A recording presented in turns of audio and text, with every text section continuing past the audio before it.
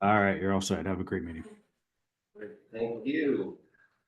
Hello, everyone. It is October 8th, 2024. We have a motion to accept the agenda for the meeting tonight. So moved. Ms. Connor, second by Ms. Canfield. All those in favor? Aye. It is approved. Here it is.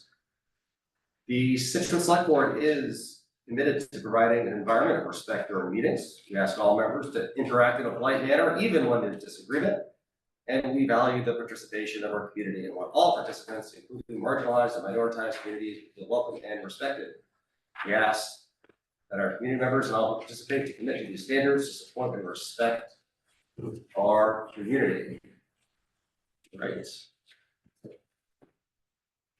How is everyone doing? Good. You love having good news to start the year, which is fabulous. And we're going to start today with our Fire Chief Mark Donovan, who is celebrating 35 years of service to our community with honor and distinction, with kindness and with patience. And it's been a pleasure to get to know the chief over the years, but I'm not gonna take up all the time first. I'm gonna actually send it off to some of my colleagues who want to say something about your service and what you've meant to so many folks. So actually, I'm gonna start right over here. Being nervous. Am I? Should he be? No, I'm so delighted to kick this off because what I did was asked a few of your colleagues about your service, because, everyone is important with, how much we've contributed to our community. And, I'm gonna save some of those for, somewhere down the line when you retire, we'll share them. Right now, I wanted to read one in particular from, someone that has been serving with you, who said, early on in Mark's career, he had a certain way of thinking like he was in charge. From the beginning, we all knew he would be captain. Then as a supervisor, a captain, he was very approachable way about him. He would listen, understand, and balance every situation. Lots of experience running a fire, an experienced EMT, and the men respected and admired him, a true leader and a good friend. And I don't think I could say any better, but thank you for your service and dedication to our town.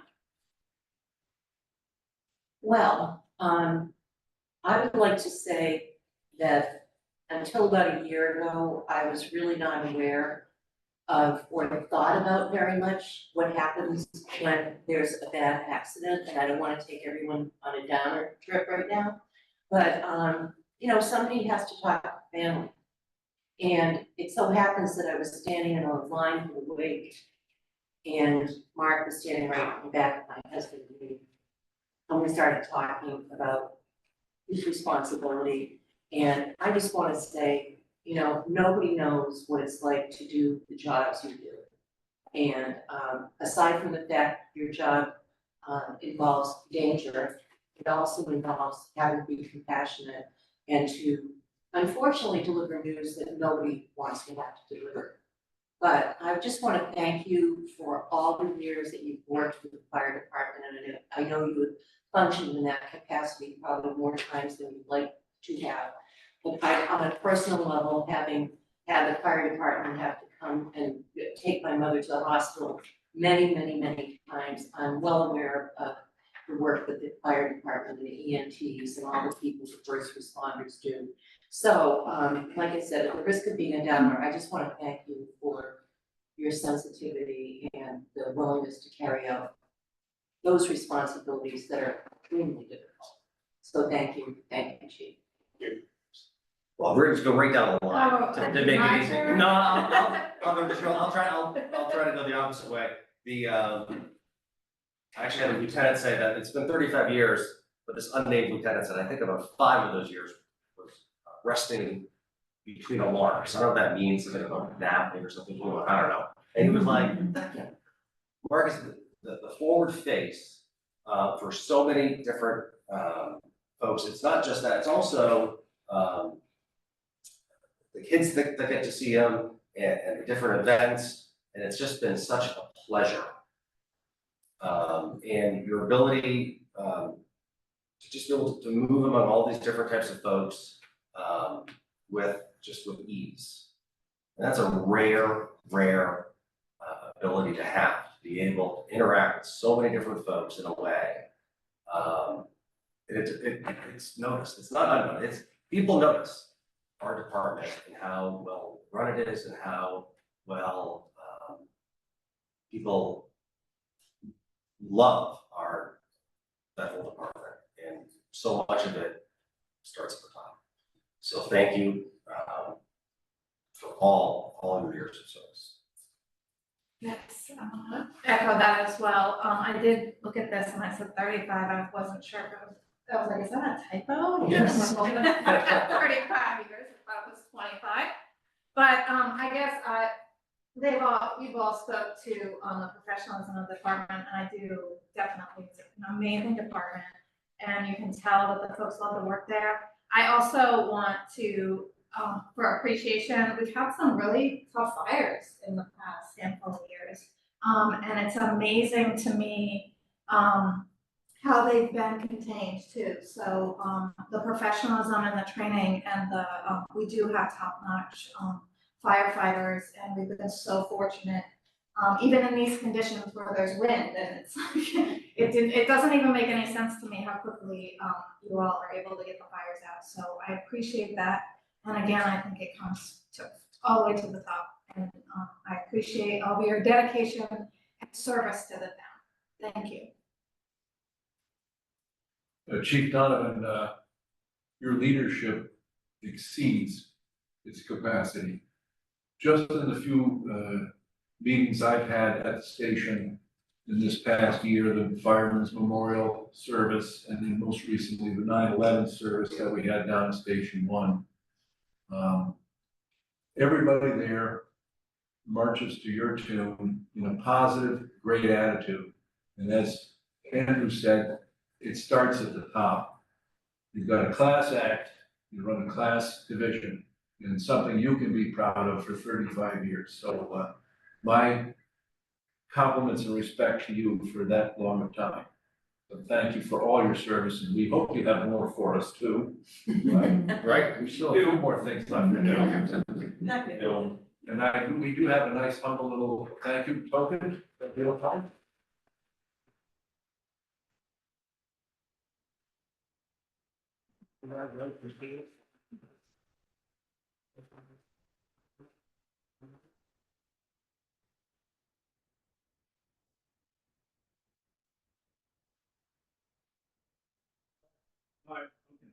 Well, yeah, I'd like to thank you all again, to thank you, the family for putting up with me and this job and the demands. 35 years ago, I was sworn into this room, and that young man right there was 14 months old, I think. Yeah, Eric was 14. He got a big picture in the paper, and I think ours was, Mike Regan and I were sworn in, and we have the small group photo, but there was a big blow up of Eric. He had to see his dad get sworn in as firefighter. So again, thank you all. And these guys have to put up with my paging and walking out of meals and missing meals. Father's Day was 5 minutes before we sat down to eat. I had to go to St. Mary's for Father's Day. And Mother's Day was later that night. So a lot of call-outs that they had to put up with. So thank you. As long as you get together. Yeah. We'll come to you. We'll come to everybody else, we'll come to you.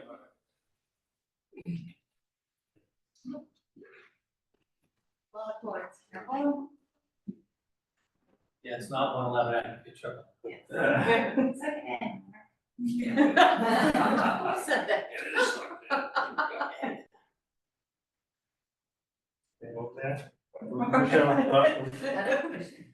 I always listen to Michelle. Thank you. Perfect. Thank you.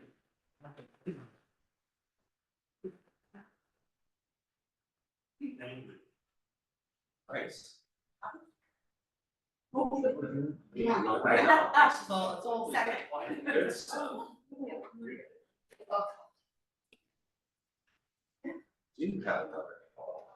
You do. Good news. Right. Linda, who doesn't want people to know of this fact? Too late. How do we, now, it really should not be that big of a surprise that the director of the year for the Massachusetts Council on Aging.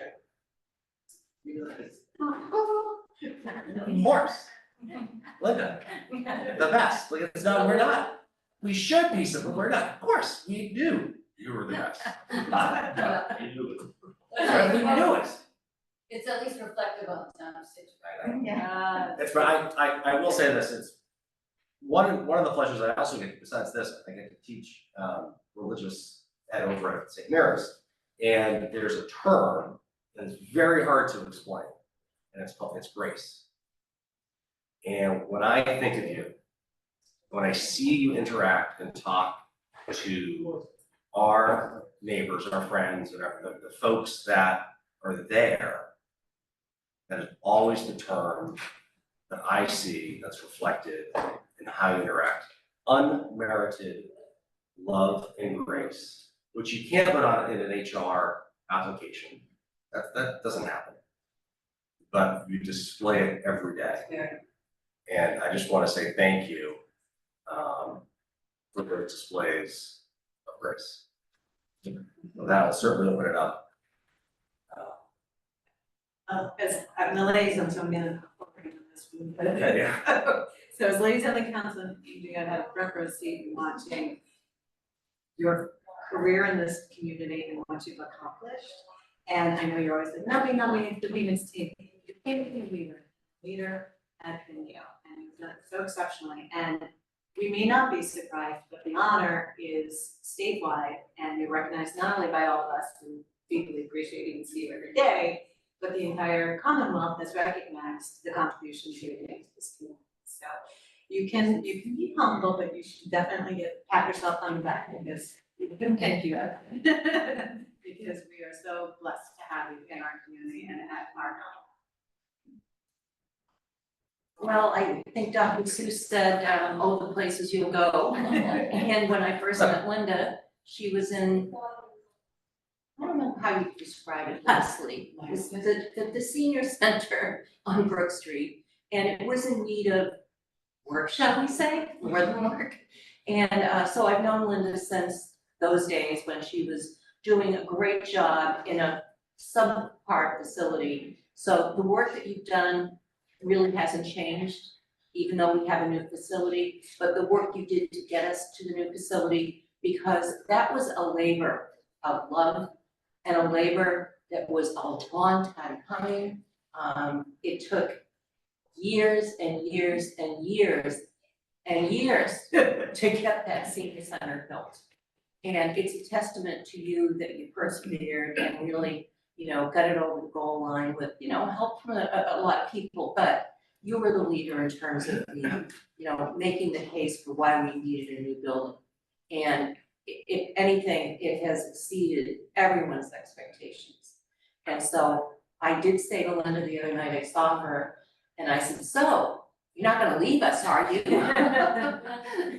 She assured me she wasn't, so you hear it from me. She said she's not gonna leave, but oftentimes when someone gets recognition, people start looking around, but we'd like to keep you here, so, thank you.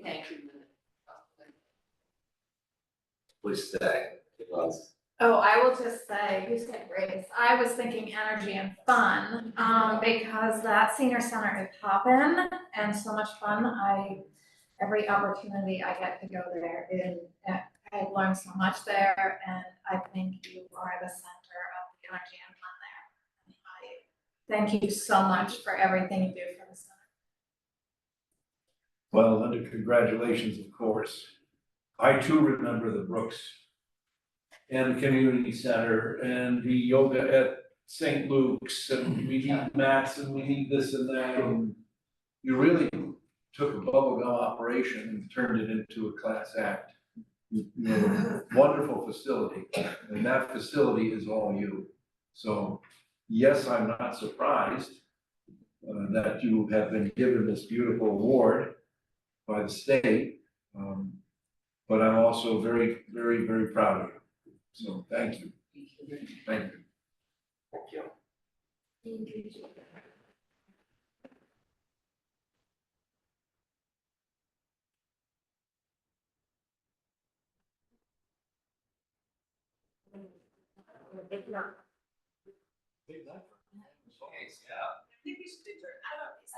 I know, well, like Mark, I should at least say this, honestly, the support I've had throughout this journey, which has been long, as you noted, somewhat, but, to think that 10 years is actually quite quickly, because I love my job, it's been wonderful, even in a subpar facility, because it was about people, and it was really nice, but of course, not by myself have I arrived here either, so all of your support, the tremendous staff, of course, and our volunteers and the happy patrons, which really do make us look look good. They really do, because they are that happy, and I'm grateful to you. Thank you so much for this acknowledgement, but it's just tremendous and heartwarming, and I really appreciate it. So it's amazing.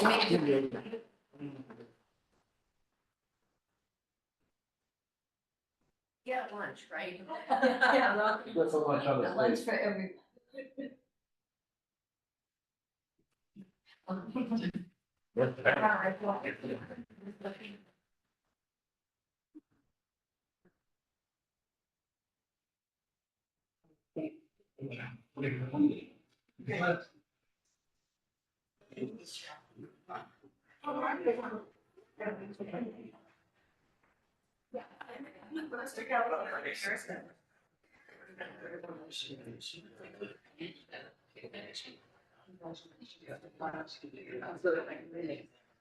Excellent. I don't see anyone here for walk-ins. So that's easy.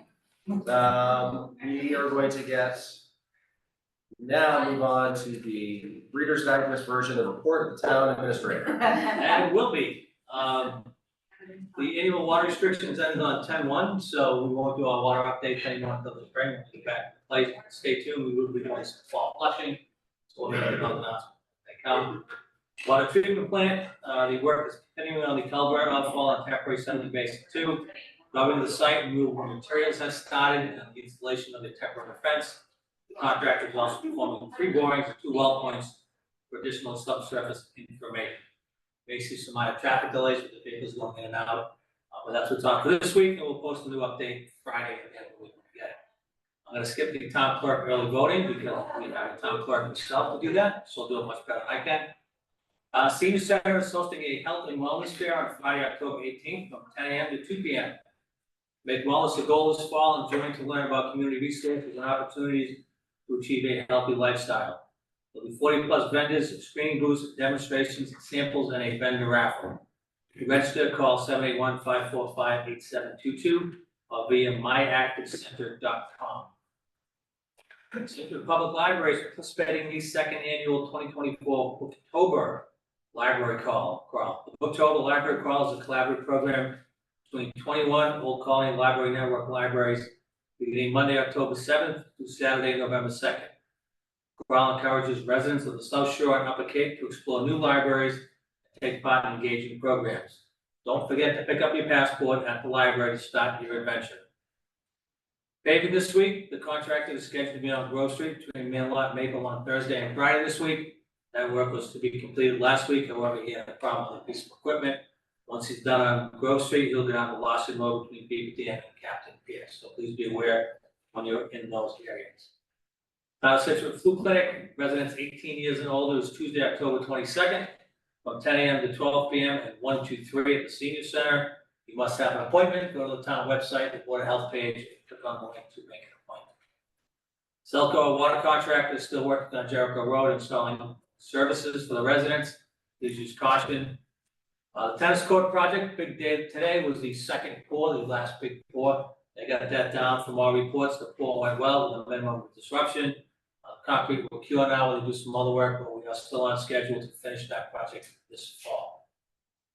Situate Food Pantry continues to see an increase in clients seeking assistance. The food pantry is deeply indebted and extremely grateful for the generosity of its donors.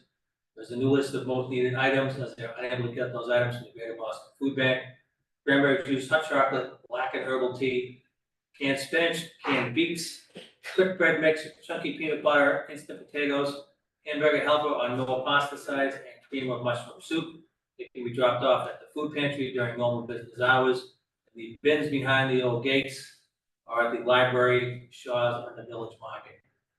Finally, congratulations to the sewer department. We finished the work on Egypt Beach Road, replacing that sewer line.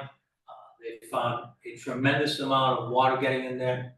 They're estimating replacing that sewer line is saving us over 10,000 gallons of filtration a day, which is a big gap for us. So congratulations to them.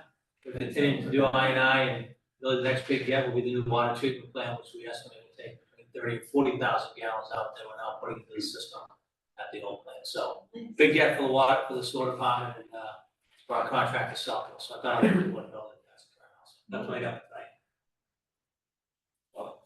Yes, please. Speaking of that, Jim, you and I talked about the fact that when the Egypt Beach, when the sewer project was done, there was a bit of a mess down there.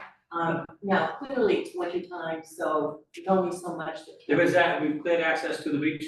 Yes, but I think it can be improved upon in the summer. Yeah.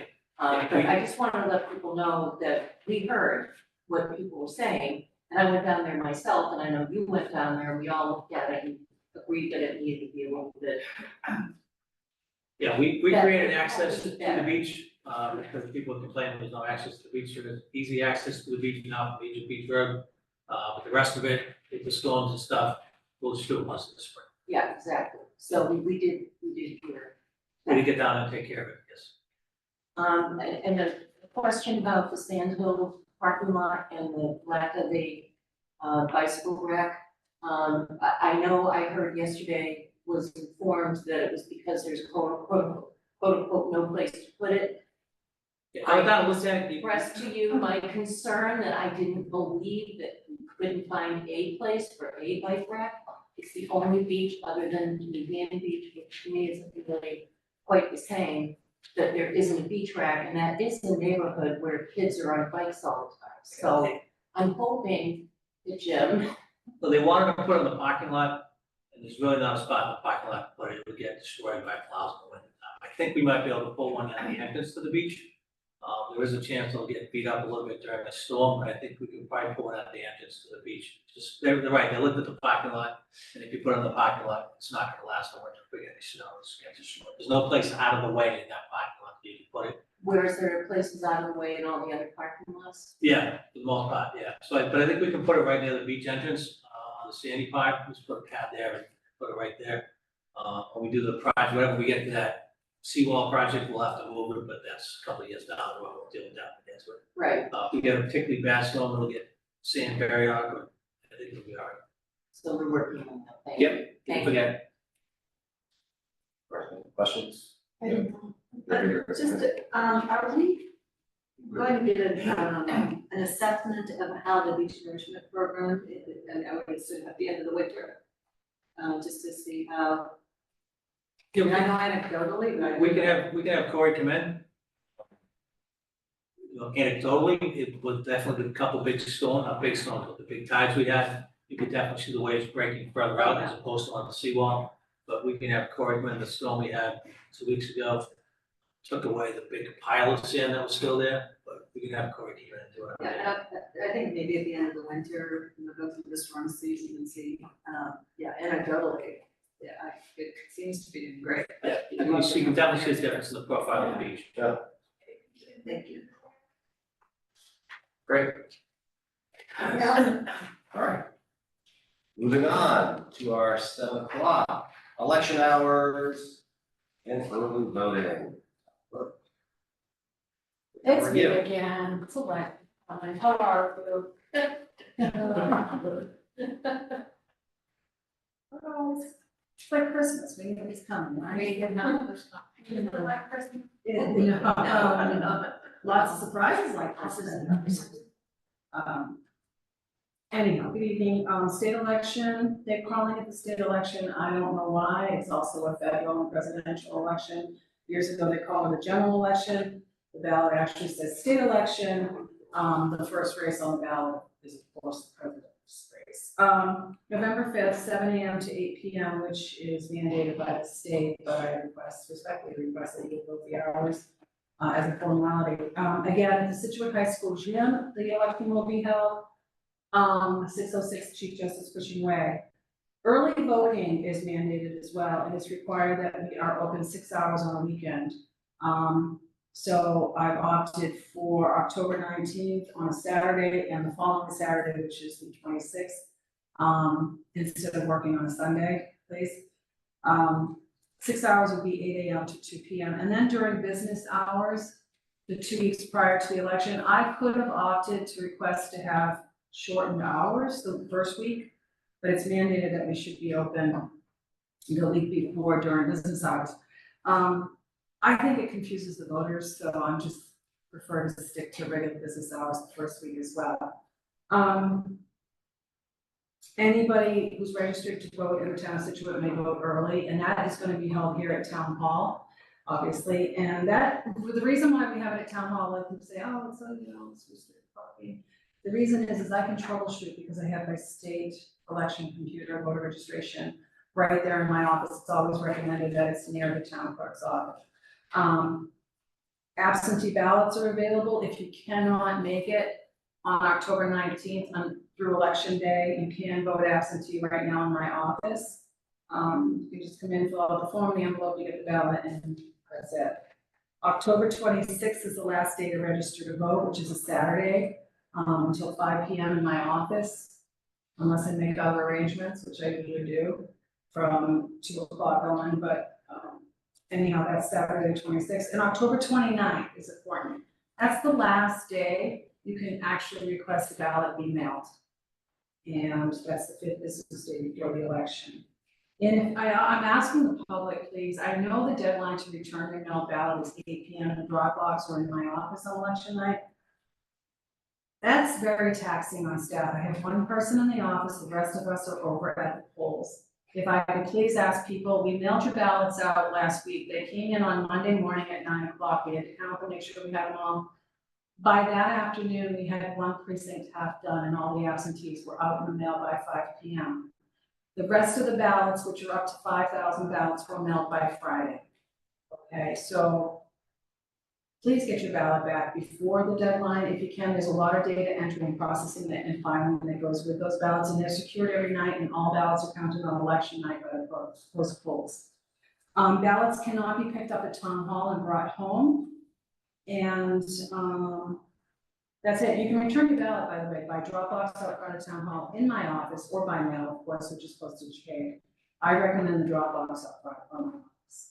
The mail, it's processed and dropped in first before it comes back to Scituate, so there's a little time. We're getting crunch time. So I don't know if anyone has any questions about the voting or anything like that. I mean, it's going smoothly. We're a fine-tuned machine at this point. We've been doing it for years. This is my 5th presidential election. My 4th was town clerk. So we got this. We got this. It's organized. It's, we're in communication with the post office. So yeah. Love it. And I'll open up for some questions. Any questions? I'm very happy. You're good. It's completely, it's clear. Yeah, I have a question. So if the last date To return the ballot. to return back, Oh, if you're, what's the last date to register? the last date is October 26th. It's a So, Saturday. but early voting starts, October 19th. so you could conceivably come in, register and vote at the same time? Yes. Well, that's convenient. Should you wait that long? No. No, but. Do I have other things that are? Did I just ask that in people's Yes, no, house that I absolutely. shouldn't have? Yes, I no, was just it's picturing- perfectly fine, I'm kidding. It's- No, it's pretty, the only thing that confuses people, and it's really so hard for our office, is because they sent the cards to vote by mail to all the voters back in January or February, for all elections for the year, if you checked all elections, I'm gonna give you a ballot for November. people don't remember if they did it or not, so now they're applying online. So now I have multiple applications everywhere, and some of them are different mailing addresses, and I've already mailed you your ballot, so it's like, and there's no phone number or email attached on their card or their voter registration, so that's fine, I have to write letters to them, where am I mailing your ballot, or email them. So there's so many options on how to vote.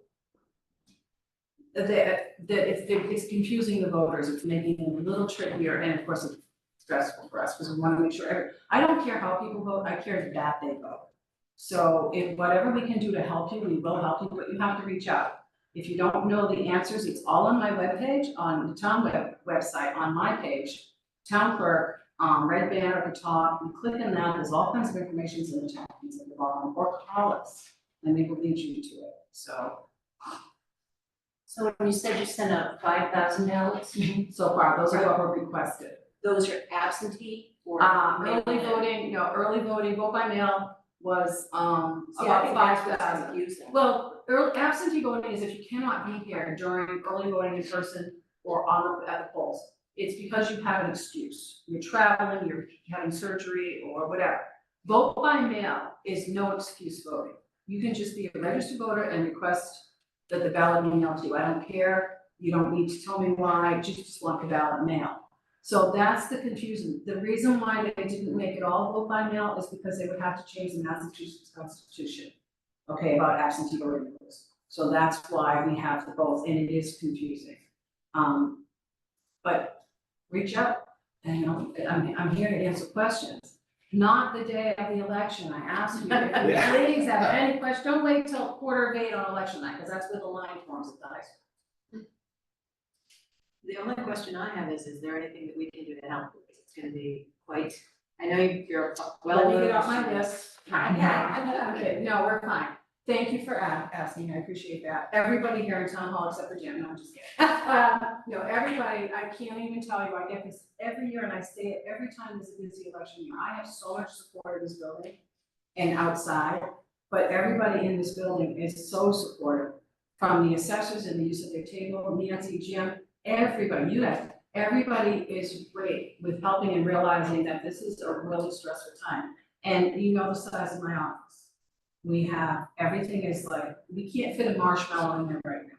But it's all organized, we know I can get it, my hands on a vote by mail card in like 2 seconds. I know where you are, when we mailed your ballot, so. Thank you. You're welcome. Anything we can do, just reach out. I'll be a little bit of the back end, I'll speak for myself. I would love the state to help us provide more resources, because you do so much. I consider almost an unfunded mandate. I love that we're doing it. I love the fact we have all these options. It's a lot. We need every clerk across the state needs more help. It's just, not Yeah, just you, it's it's a a lot. There's lot. been losing a lot of There's a clerks, lot. a lot of assistant clerks work, there's a lot. There's a lot. But it's, Yeah, it's tough, but you guys, we do it. because we have fabulous to. job, fabulous job. Thank you, I have good support staff. Just Yeah. for a happy ending, we're in the middle of doing budget hearings. Gabby's up tomorrow. This year, she's my favorite department head, because her budget is less next year. It is. Less election. She gets a gold star. Less elections. And then the little asterisk that explains why, right? Jim? Nope, Not we're just gonna election. say it for what it's worth. Shoot. So I can just stick my head in the door and go, we're good, right? Yeah, that's it. There you go. Yeah. Losing an extra $50 of postage. I have a quick story real quick, and not to digress. 4 years ago during the presidential and during the pandemic, literally my assistant was Heather at the time. And it was just mandate stuff after me, and it's like, oh my God, how am I gonna do this in masks and PPE screens and and I get an email from Nancy that my budget's due. Yeah. October, whatever, and I burst into tears, and Heather comes over to my desk, she goes, no, and then I went, I'm emailing you, and I'm emailing Nancy, and I go, okay, of course, I already had it done, in like July, all the narratives, because I knew, and I'm just like, whoa, and she goes, not you, you get a free pass until, I'm like, oh, that was my 2020 story. Thanks. So funny. It's hard to believe Nancy can make anyone cry. Well, it was No, really, really. It was so funny. I'm like, okay, Nancy, I'll have it ready. She goes, no, not you, no. I'm like, oh, Okay, she didn't know I was trying. She could hear. Yeah, all the way down the other end of the hall. Sometimes when I come to work, I find Kathy crying in her couch. Just said it's not, nothing bad. They were worse jobs. There were worse jobs. During All right, election. with that said. That said, Move along, do Mr. we Chair. have, wait, we have Yes. no motion? No? Yes. Yeah, you need to vote the hours. Oh, the hours. Alright, so Would you like a motion? 1 and 2, I guess, please. Move that the state election be held on Tuesday, November 5th, 2024, at Scituate High School gym at 606 Chief Justice Cushing Highway, with poll hours ranging from 7 a.m. to 8 p.m. And move to that in-person early voting locations and hours for the state election will take place at Town Hall, 600 Chief Justice Cushing Way, beginning on Saturday, October 19th, 2024 through November 1st, 2024, from 8 a.m. to 2 p.m. during regular business hours at the Town Hall, Monday, Wednesday, and Thursday, 8:30 a.m. to 4:45, Tuesday, 8:30 a.m. to 7:30 p.m., and Fridays from 8:30 to 11:45 a.m. Saturday hours are 8 a.m. to 2 p.m. Canfield, seconded by Second. all those in favor? Aye. It is unanimous. Thank you, everybody, I appreciate your help. Just for the listening audience, I know you said it before, but the motion is saying it's state election, but we all know it's the presidential. I always call it like the state/presidential Yeah. election, I know, it's very confusing with voters. I had one voter call and said, I can't find the presidential race, I'm like, it's the Right. first one. Right. There's a lot of candidates. And, yeah, it's a big ballot, so make sure everybody reads their ballot. Right, So- flip it over, yeah, there's a lot of them. Yeah. So I'm not allowed to say that because I have to tell all 16,658 voters. There are 5 ballot questions, and a lot of them. Yeah, it's a big ballot. And now you have to go above and then. Thank you, everybody. I'm not mandated to do that. All right, thank you. All right, next. More good news. We have Common Get Steam Inc., Isabella Muscolino. Come on up. How are you? Good, how are you? I'm doing very well. Just for the record, just state your name and your address for everything, but cannot wait to hear. One of my favorite subjects in the world is burgers, so this should go well. So, Food in general, but burgers. specifically. yes, burger, food, well, no, burgers and And the subset. pies, anyway. My name is Isabella Mascolino, reside at 251 Roosevelt Road, in Weymouth, Massachusetts. So I don't know if you're familiar with our food truck. We've done a few gigs in Scituate before, at the high school, and we did one of the artisan fairs in October last year here. But our lease is expiring in Boston for our commissary December 1st. And we're looking to use 17 New Driftway as our new commissary and open a takeout spot. We'd be doing burgers, chicken sandwiches, fries, onion rings, homemade egg rolls, all sorts of crazy appetizers and milkshakes. And we're looking to do the same hours as CP's Pizza before. And our priority is just to use it as a commissary for our location at the convention center as well. Excellent. And there's you're still sticking with the theme, this is like a 1950s theme. Oh, yeah. Now, if people aren't familiar, have you seen these burgers? No, guess we'll have to. You were on BZ, you were on WBZ, Yes. I would right? not. This is a legit, I am thrilled. This is like a legit big, this is. I don't think Yeah, that's serious? I'm so excited. All right, well, I'm gonna open it up to someone who might remember the 50s, Mr. Gilmore. Any questions? You're in trouble now. No, I'm done for the night. We're adjourning. They're talking about. Here's a picture of her. Well, I was gonna ask if the onions were grilled. Yes, okay. Oh, yeah. That's her question. Oh, yeah, that was my only question. I think it's a great idea. when do you expect to be open? After we approve all this stuff, when do you expect to be business? I mean, we're really shooting for December, but we're gonna see how everything goes.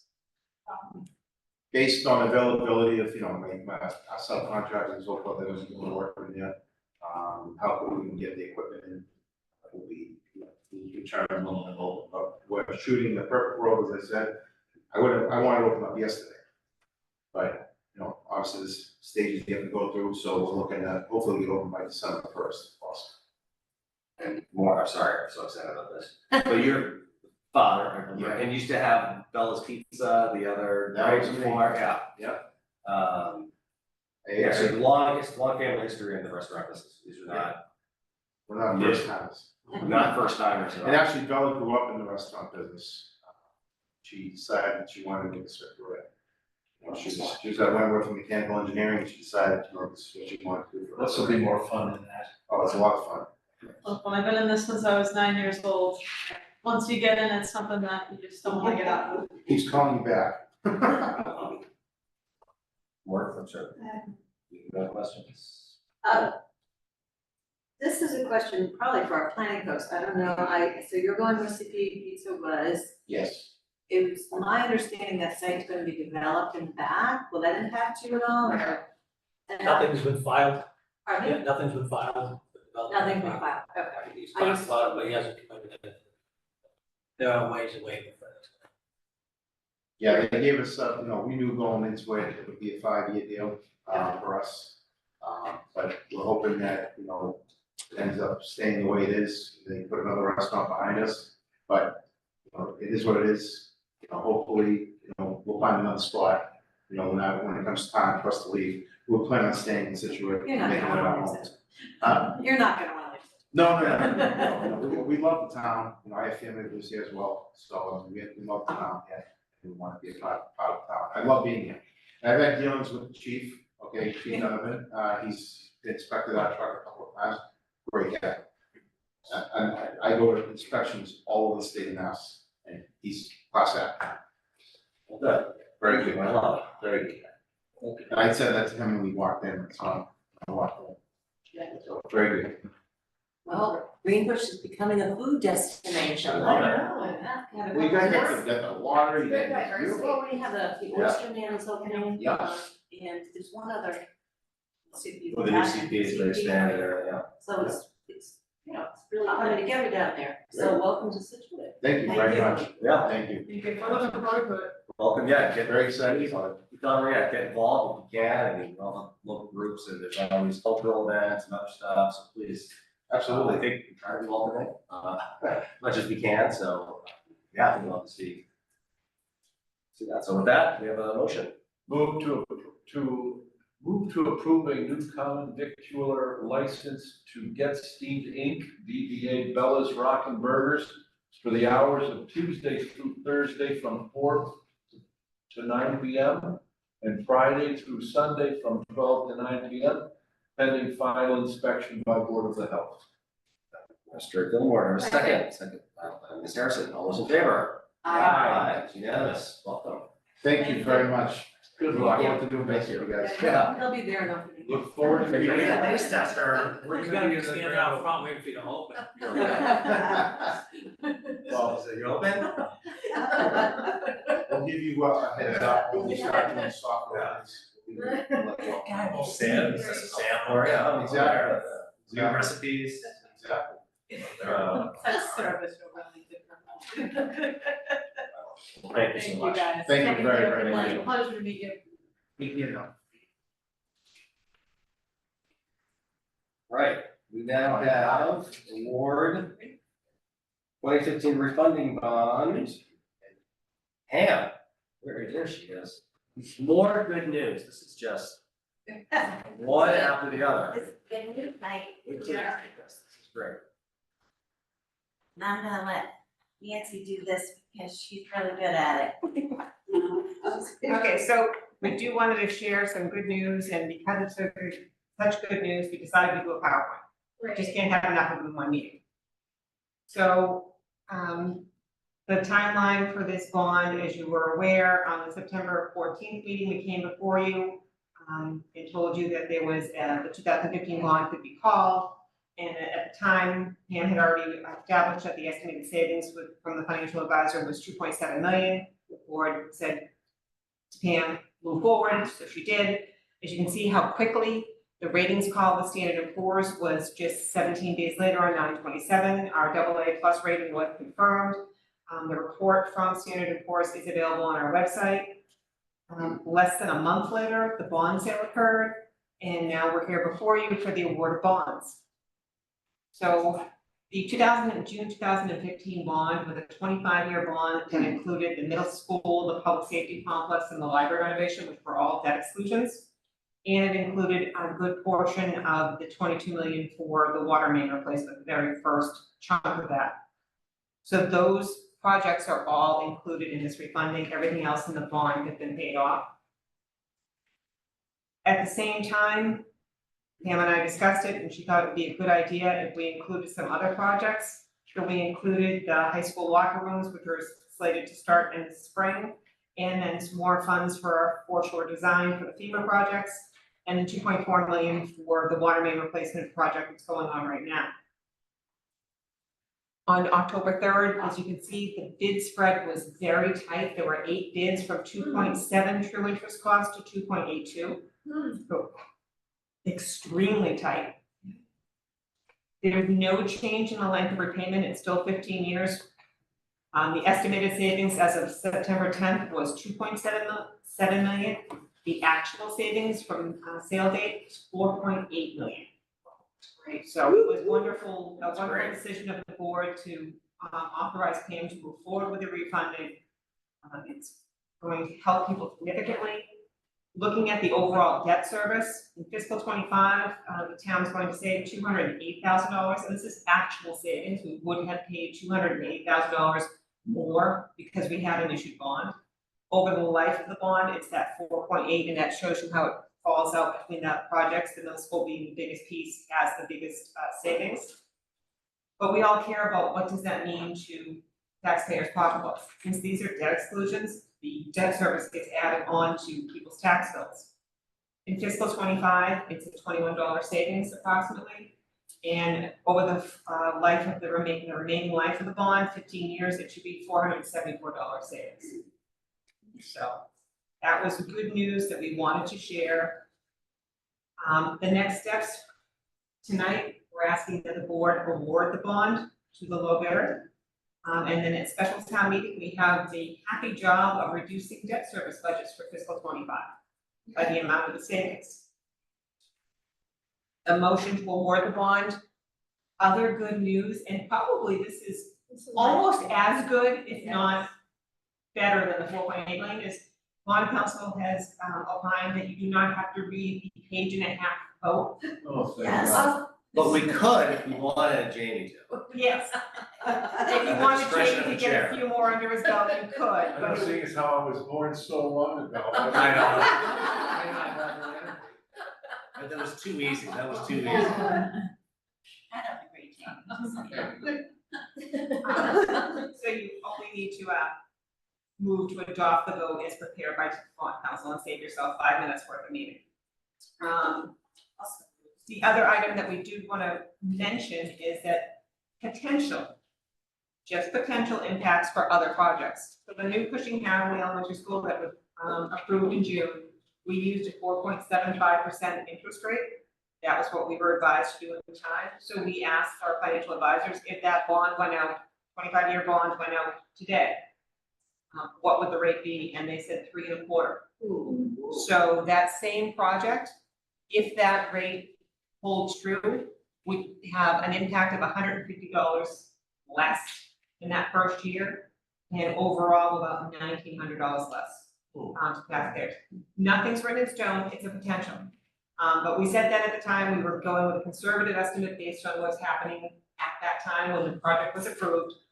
Hopefully, if there are additional Fed rate cuts and the rates stay low, we'll be able to say this is how it's going to flush out. So on the new water treatment plant, that's financed through the Mass Clean Water Trust at a 1.9% or lower rate, so this would have no impact on that. Any questions? Any questions? Any questions? Okay, so you only need to move to adopt the vote as prepared by bond council and save yourself 5 minutes worth of meeting. The other item that we do want to mention is that potential Green. And I want to commend Pam for all of her hard work on this and getting it done so quickly.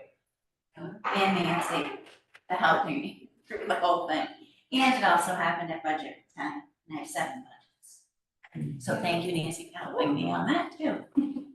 I was gonna cry with Kathy. Right. Give out a lot of Kleenex. Questions, comments? Awesome. I think it's very nice. Well done. Well done, very good. Goodness. All right, good motion.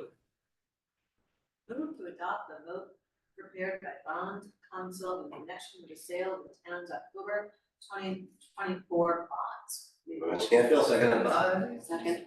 Ms. Conley, all those in favor? Aye, it is unanimous. Thank you. Well done. Thank you. Yeah. Now we're getting into the, not so great stuff. Emergency seawall repair. Everything we do is fun and exciting. Emergency repair. So, just a little history. We got a call back at the end of August from one of the residents who reached out to Jeff, who was working on Egypt Beach Road, and brought up the fact that they had some major undermining, behind the seawall and underneath their deck, where it is. So we have a sketch here. I put a little sketch together. And if that's the wrong one, thanks, close, it's the other one. But this is what we have. That's the wall. That's where the deck is. That's where the existing material is. And, nope, you're all good, Seth. Give me 1 second.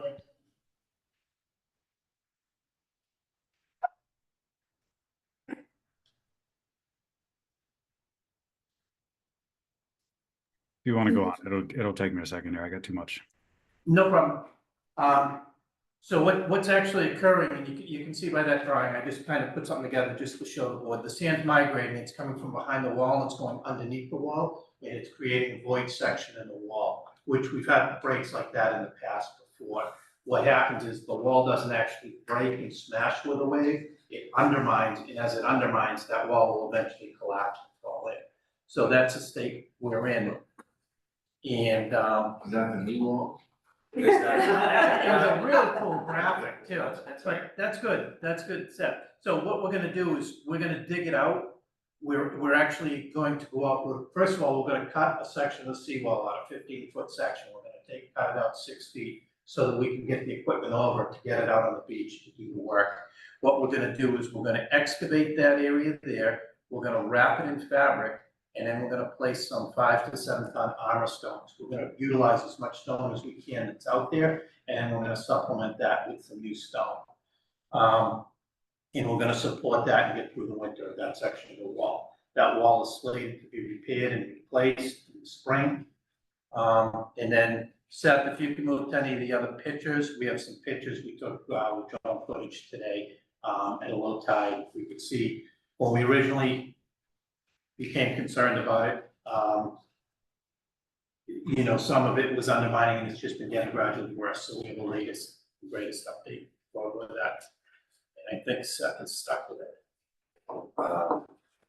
While he's looking for that, can you explain a little bit how this is, even though this is just one little section, a little smaller section, how does this impact the wall in general? So it's not, essentially, so it's, oh, you know, we're just doing this for this one resident, or does this impact, It's it's actually, fail on either side, and the water come in, if you kind of explain that. great point, so it's actually over 2.5 properties that it's extending, so we will, here we go, open it up there. That's the house in one of the main sections right there, you can see how the columns have settled in, they're starting to lose their deck. And that's from everything undermining back. We get out there when they brought it to our attention, and that's the wall, you can see how it's undermined, so it's getting close. What we did is, we brought equipment in, and we actually went underneath there and brought stone in and fabric and did it from the inside, and then put some over the other side to slow everything down. We thought we stabilized it. Those high tides played a lot of havoc on it, and we lost a lot of material quickly. So when we did that, that's when we hit the alarm for emergency repairs. Yeah, so all that water going underneath, that could just undermine the whole, so now you've just got to dig. And it'll take it out, and that, Exacerbates the whole that problem won't just across the affect whole. that one neighbor, it'll affect the whole neighborhood. Right, The whole goes neighborhood flood everywhere. areas out. And that flooding actually eventually gets into the sewer system. And, we pump that out, and that counts as some of our I&I because it'll eventually get in over the pump station. So, Seth, if you can see some of the other pictures, that'd be cool, that's all set. And, yeah, and just what you have, and then the third picture. Okay, cool. And that was just a humble sketch of showing what we're gonna do to repair it. We'll try to save money. All right, so this is, again, an emergency contract, $110,600. That's $110,600, and it's a unit price to stone because we couldn't quantify how much stone we can reuse. So we're charged $65 a ton for that stone company. Yeah, but of I have a course, question. On these drawings, can you tell me where the property line is? Like, what is Situate's responsibility? And what is this town owner's responsibility? What is this property owner's responsibility? Because I'm So- seeing a deck that's not in good shape. And I don't know about those pictures, but the pictures I have, these pilings don't look. And is the property line this side of the pilings? And then how much are we doing of this $100,000 versus how much is the property owner's responsibility? So right now, the property owner is not doing anything to this effect. I Are we believe putting sand, rocks, whatever on their property, or is this town of Scituate? we did for a short term to alleviate it and pull the wall up, so we didn't lose the wall. We would put some sand there and try to stabilize everything when it's all said and done. The property line, I believe, goes to low tide on this particular We property. will repair the wall. Yeah, We will be responsible for repairing this deck and redoing the flood. We will not touch that. okay, because it's a lot of money for one address, and I get that it's a full wall, but I want to make sure that the property owners are doing their fair share, and this is not just on the town of Scituate, because we can't afford to do this for everybody's property where their deck looks like. No, we won't touch the deck. We've been very clear with him. He's asked multiple times. would you- For us to do the Yeah, deck? and I said, Are you we're not kidding touching me? it. Kevin said no, and he said, well, who do I go over your head to? And Kevin pointed to me, and I said no. So we will not touch the deck, but if we Well, don't I fix, also, like, if you said the property line is low tide, like, I guess we've gotta make sure there's a clear line with fixing the wall and, adding fill to their property.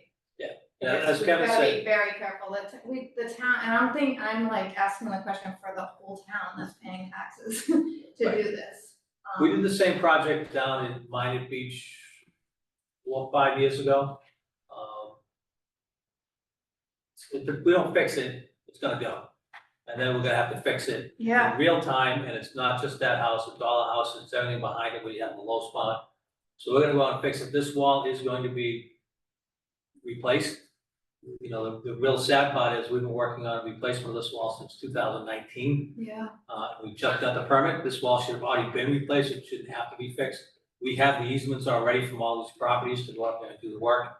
But we'll make a repair to the wall to make sure it gets through the winter, until we get out there and actually do a new wall. But we will only do, Susan, what we need to do to stabilize that wall.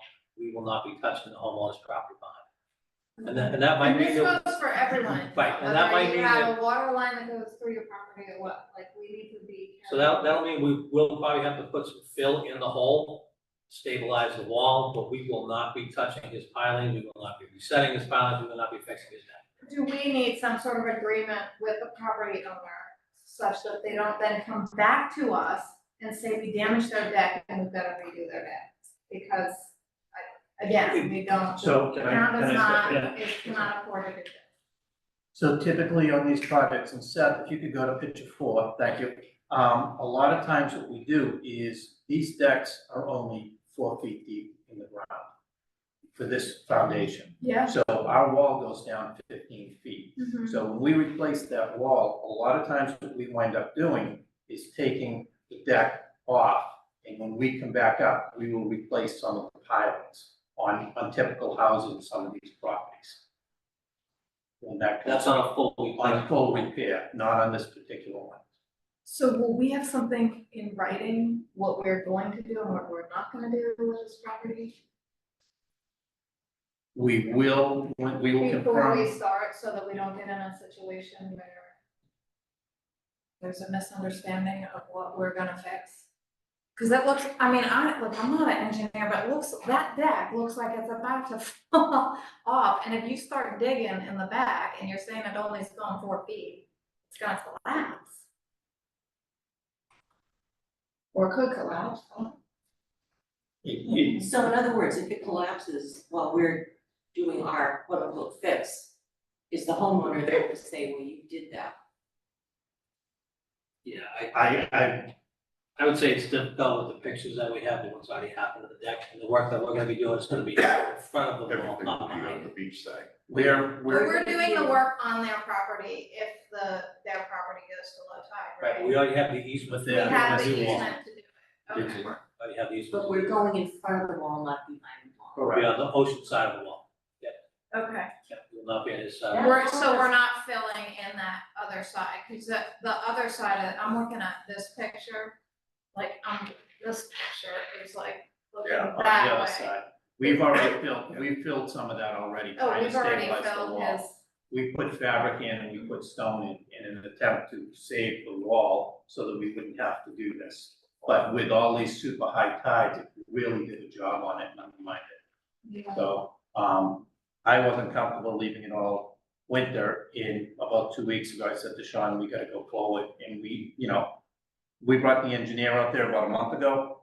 And we brought the engineers to design the other wall, as well as contractors out there to take a look at it, come up with ideas how we can repair it, replace it, and take it through the winter. Our fear is just a collapse of the wall, so.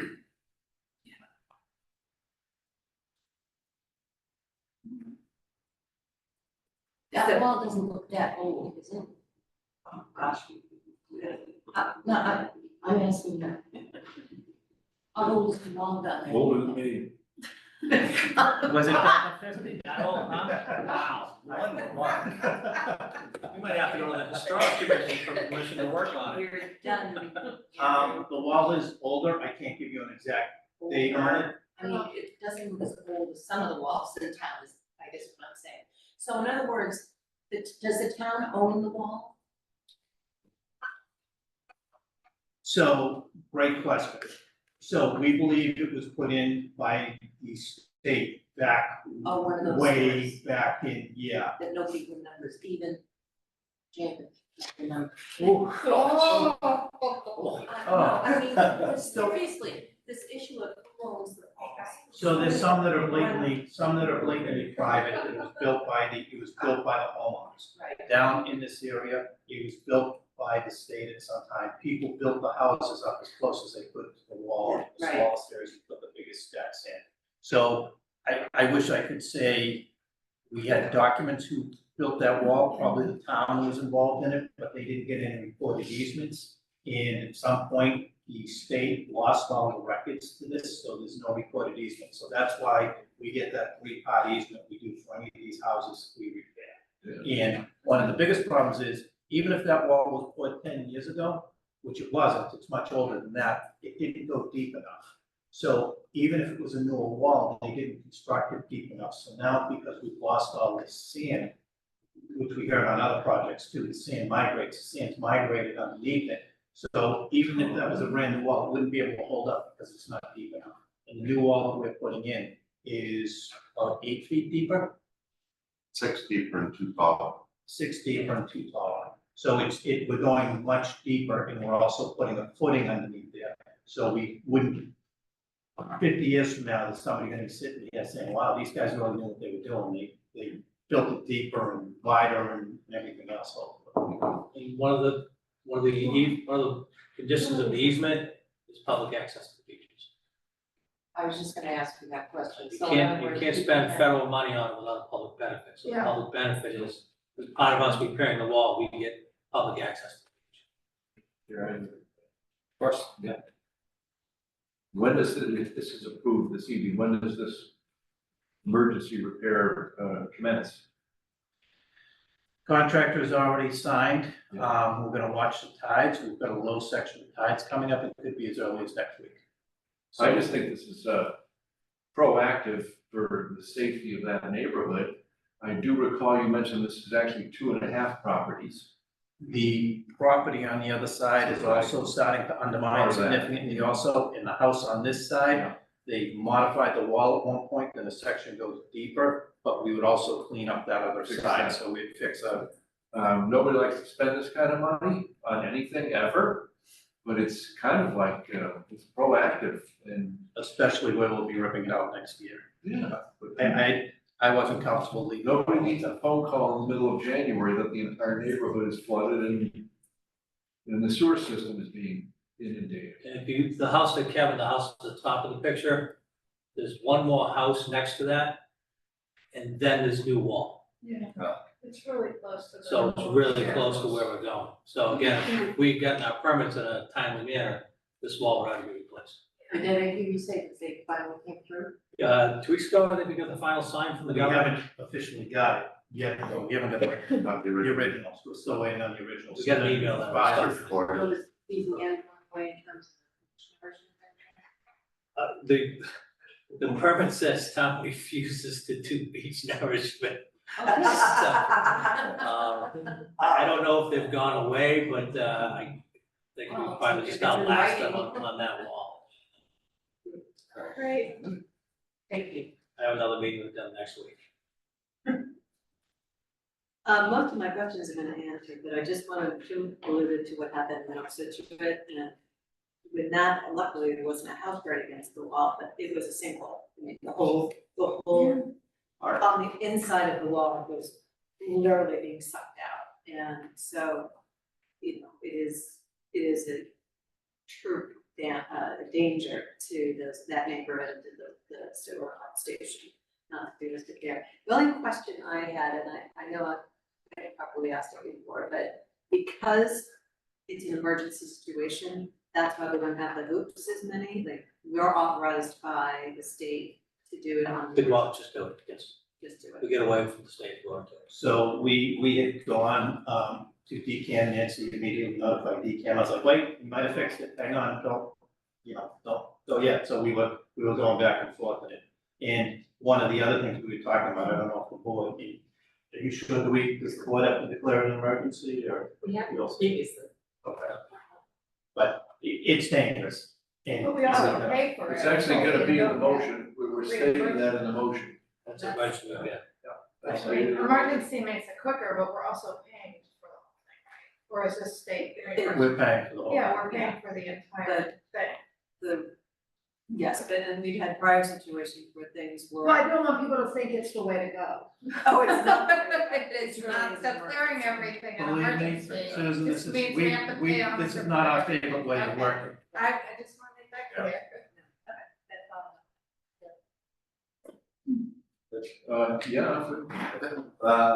Motion.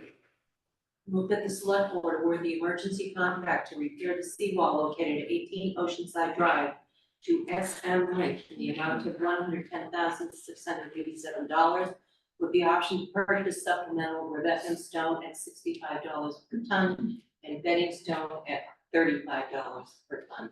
Moved by. Second, Moved by Ms. Thomas, seconded by Mr. Gilmore, all those in favor? Aye. It is unanimous.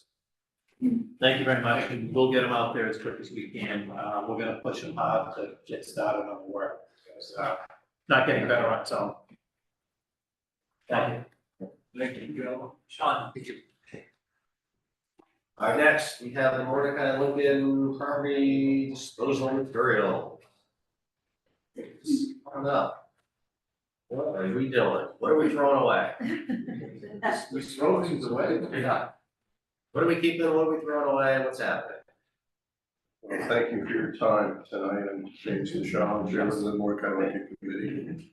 And if you recall, a number of meetings ago, maybe a couple of months ago, one of the next steps on the list was for us to inventory and disposition all that is your property, you know, it's all came with the purchase, so to speak. So this is an update on what we've learned as we've executed that. I had originally envisioned we would be in here with a spreadsheet maybe color coded it and a blessing, and we would be done. We are now a number of work sessions into this, over 20 pages of inventory. And there's an enormous amount of stuff still yet to be assessed. And so we thought it was a good time to do a check on process methodology.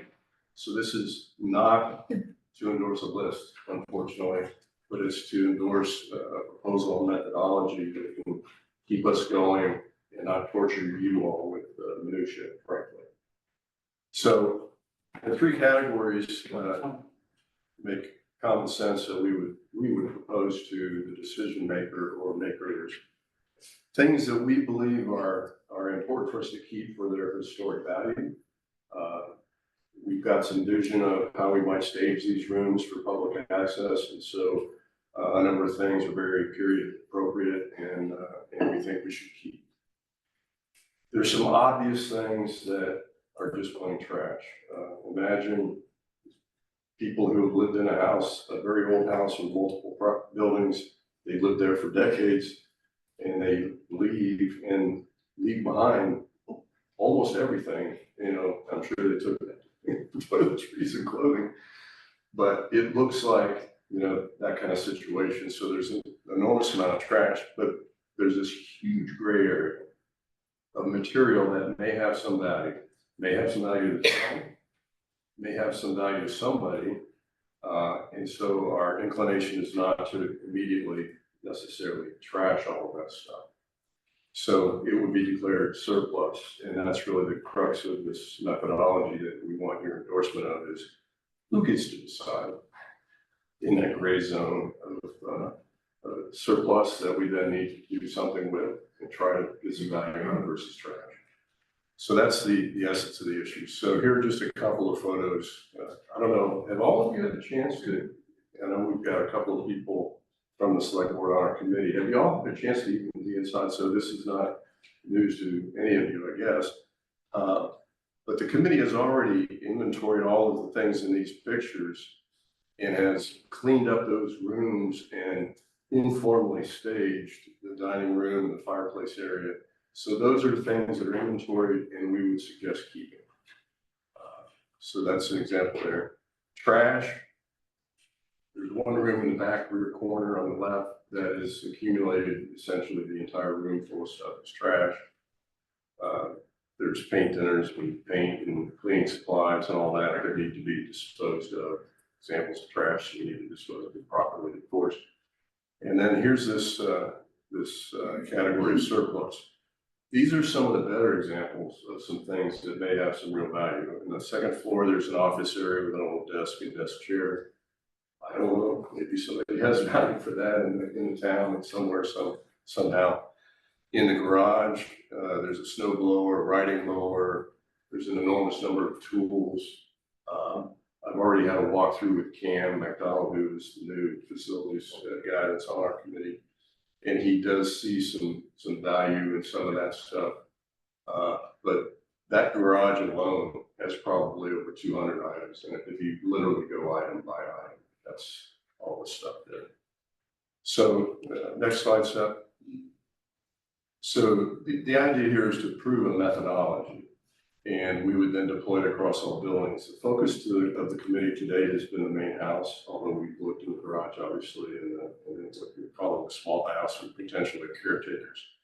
But this is going to take a number of waves. There's so much volume there that we need to just get started on even getting stuff down from the attic that may have some value, and where do we put it so that we can properly disposition it. So there'll be a number of ways that we would recommend that this board deputize or delegate authority to make the final decision. So on site, working with us, helping us with any of those calls, we can sticker it, we can inventory it, whatever your proposed preference is, but that we get a delegation of authority. And that way we can go through multiple waves and we can execute. So we originally had a work session scheduled for October 23rd with some student volunteers, I think, with the next agenda topic that Penny will be talking about. We'd like to go ahead and see if we can move forward with that project. So this timing will change, but the methodology still remains, is what I mentioned earlier. So in summary, I'm pleased that, and you're blessed with a very energized team. This group has worked a number of times, and it's not the greatest of conditions, so masks are recommended, et cetera, but a lot of great progress has been made. We'd like to go forward with a proposal for wave one. With Cam's help and others, we will get the obvious trash things out of there. That makes room for us to stage and disposition more things for future waves. We'll segregate the surplus so that there is visibility to this. We do need your input as to how to best document this for the record. I don't know what the rules of engagement are, so we do need that clarification. The committee is willing, if there's an appropriate nature to this or any interest in this, for those things that are surplus but not necessarily of value to the town, we'd be willing to host, if you will, a yard sale. That may be a good idea or a bad idea, I'm not sure, but we're willing to do that. A side benefit of that is we get the word out on what's going on with the property, which is an ongoing issue, right? Both in people as I'm on the property, and I feel like I'm at docent or something, trying to, get awareness of that. So that may be a bad idea. The point is, if there's, could be an option, whatever is the preference, but to get some value. And then we'll continue to be very careful about the things we keep for allow us to stay.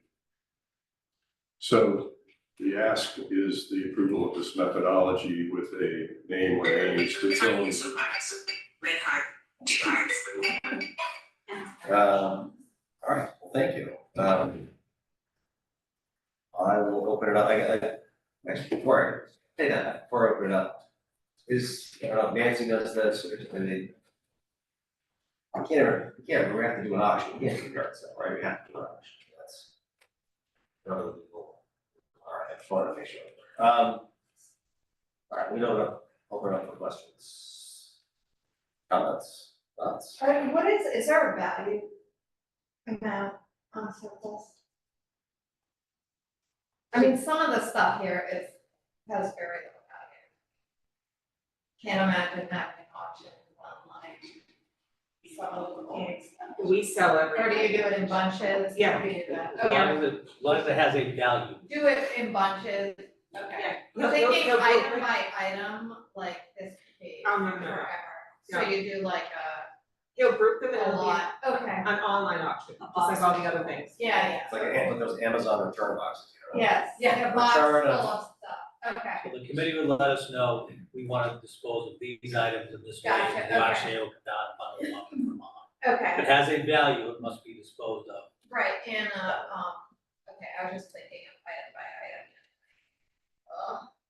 And then the trash. Like, if it has to have any value, so these are like molded curtains that can be trashed, like, these are the kind of things like, is it somebody could perceive value of it, or? Molded curtains of trash. Yeah, I know, I'm just saying, that's like, Trash this is is trash, like, right? trash. Stuff that's a obviously lot of trash it's can be like thrown. toxic too, like old paint. It's not usable. The obvious Yeah. things are. So, like, I think that they- vegetable. I guess I'll speak for, I've been on the thing for time as the rep, and they're a great team. And I think they have really good judgment on the what's trash, because the trash pile I just described, it's like moldy curtains, broken umbrella. One crush but not two, like. That's where my That's for question your is. other crutches, like Oh, foam. It's mainly broken stuff. And then, of course, we've got a whole separate file that would have to be disposed of appropriately, because it's like paint thinner and all that sort of stuff. So I think they're doing a very good job distinguishing what's of value and what's not. And I think also part of the ask is moving the stuff. So like, there's so much stuff in that big house.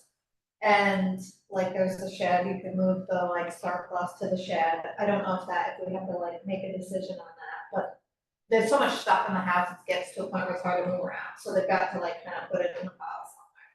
So we're also thinking of that as well. Can you dent the whole thing by getting rid of all the trash? Probably. Absolutely, the Yeah, first wave will create the very first zone of staging for the next wave and the next wave. So Cam has already got the wheels turning on, bringing in, some help to to load up the trucks with trash, disposition, he's got a lot of great ideas there. But the question is for this stuff, you know, there's 10 or 15-year-old exercise equipment, there's a 20-year-old TV, you know, you can get a new smart TV for $75, you know, we really, so it just goes on and on, there's sets of encyclopedias, there's bookshelf after bookshelf, so we want to donate the books, and so we've got a lot of good ideas, we just don't want to have to come to the board with, oh, what about this, and here's another spreadsheet with this. You know, if, when you get in there and see it, if, with a little bit of guidance on the criteria, you know, it'll be, you know, trash, surplus, it'll go quick, but we could do it then without having to come back again. Nancy, you have your hand raised, do you have a thought on this? Yeah, I would just say, try to sell everything first, And then, except for the moldy stuff. except for the trash. Yeah. I No, mean, what we do you gotta sold keep? all the books from Old Gates, now we're talking books that like Jolly Madison's biography from 1950. And all of that stuff went out, relief agencies bought it to send it to third world countries. So books that we may not see a value in, someone else may see a value in, or especially relief agencies, this is how they pick some of the stuff up, so through these articles. I still think the board has to make declarative surplus. Oh, yeah. So the way to do it, whatever you're gonna throw away, throw it away, Okay. right? Whatever you're gonna keep, that's what you're keeping. And then we just need, this is what, declare the surplus. Boom, we declare surplus, we send it to the auction. So could we, oh, sorry, go ahead. So You just tell us you want to declare it surplus. I won't speak for the board, but I don't see them perusing 4, 5, 6 pages of stuff to say, wait a second, this is a 1927 Allen wrench, it could have, we might want to keep that. But from a legal standpoint, the board still has to make the declaration of surplus. So what is that person looking at literally? What it is in the list is a Big list, picture? right? It's the list. I'm sorry. Sorted tools, that could be on the list. Right, but Sorted it can't tools. say, it can't, you don't have to say each tool, it can say Yeah, sorted a tools. box of tools. As a package. Yeah, You may- okay. Yeah, you may want, we could probably send it to like the auctions, you can see it, they have other towns, yeah, it says, right, assorted tools, or office supplies, Right, and it's like 3 yes. staplers and 2, whatever, you know, but Office you don't have to get a chairs. bunch of office supplies. Doesn't have to be every Chair. chair, office chairs. I would just focus on identifying the trash and getting out of there. You've already identified your historical. So that's pretty much, unless you find something else, and then that's easily dealt, and then the rest is surplus, we have to get it packaged. So can they Dialogue move we the just had was very surplus? helpful, because literally if it was individual tools and this Oh, and that, no, you don't need that. well, Yeah. until we got the Office clarification, stuff. we didn't know. Put it all in Jim's office. Went it down, our favorite miscellaneous box, miscellaneous goods. Okay, so, we're headed towards approval of methodology, it does say there is a decision maker. I know there's the formality I moved of that, that, but, it could be Pam, it could be me, it could be Susan, or Karen. I'm open to ideas, but it'd be great to have somebody who feels like they're the one who is interpreting for you the criteria that you want to apply. Well, and if I may, I think we've had a couple of people go through, some people with some expertise, antique type people. Just so everyone understands, we're very cautious, we've been very cautious about not throwing anything away. You all hear about the Picasso that gets discovered in the attic that turns out to be worth $20 million. This property has been gone through by a couple of people who have expertise, especially in antiques, because that's what obviously you think you might find. That's right, things I like think we that. created So- our committee, Yeah. there's a number of things like Yes, that that yes, work, so. yes. I think we're getting down to diminishing returns on that, so back to, is there a delegated person anointed? One person, I mean, Mr. Chair. yes, I would think, first off, thank you so much for the committee for doing this. We are so lucky to have so many hands on this project. I've been in all of the buildings and, yeah, work well. I think that, and I agree, is if you need an opportunity, like them to decide, to me, it sounds appropriate that the facilities manager and one of the liaisons, you know, one of us would to do that. I can't imagine it's gonna come up very often, but it needs to be somebody, a town official. Yeah, could be Cam, could be whoever you can get hold of. Yeah, that's what For I'm the most saying. part, Very if you think often. it's surplus, we're gonna surplus it. If you have something you're not sure of, call me, I'll send Cam on, if I'm available, I'll go out. If Susan's around, we'll send someone out and say, no, that's I trash. think with those three, that gives us a lot of flexibility, to keep things moving. Yeah. And we can put the surplus in the shed, in the one building, right? We keep We it, can, it doesn't matter, okay, Right. great. Yeah. That garage. it still won't fit, Bill. I trust you to It's figure not, out. no, the garage is the ideal place. But if it goes to auction, Then the auctioneer can it's go going up to, to there's a beginning, there's an end, and if something isn't spoken for, it's by definition trash. Yes? If no one bids on something, it's essentially worth nothing. You're right, but yeah. theoretically. And then they throw it away, is that, do they not? Well, it's like when you have a yard sale, you think something's great, and then it's left there, it's like, why didn't anyone like this dish? We tend to reoffer The it. humble, Yeah, we tend to auction it again, Oh my gosh. so you do the auction again, and then we- whittle it down, but, Oh, that's a keep going. We sold the book room over at Gates 3 times. We just sold it a fourth time.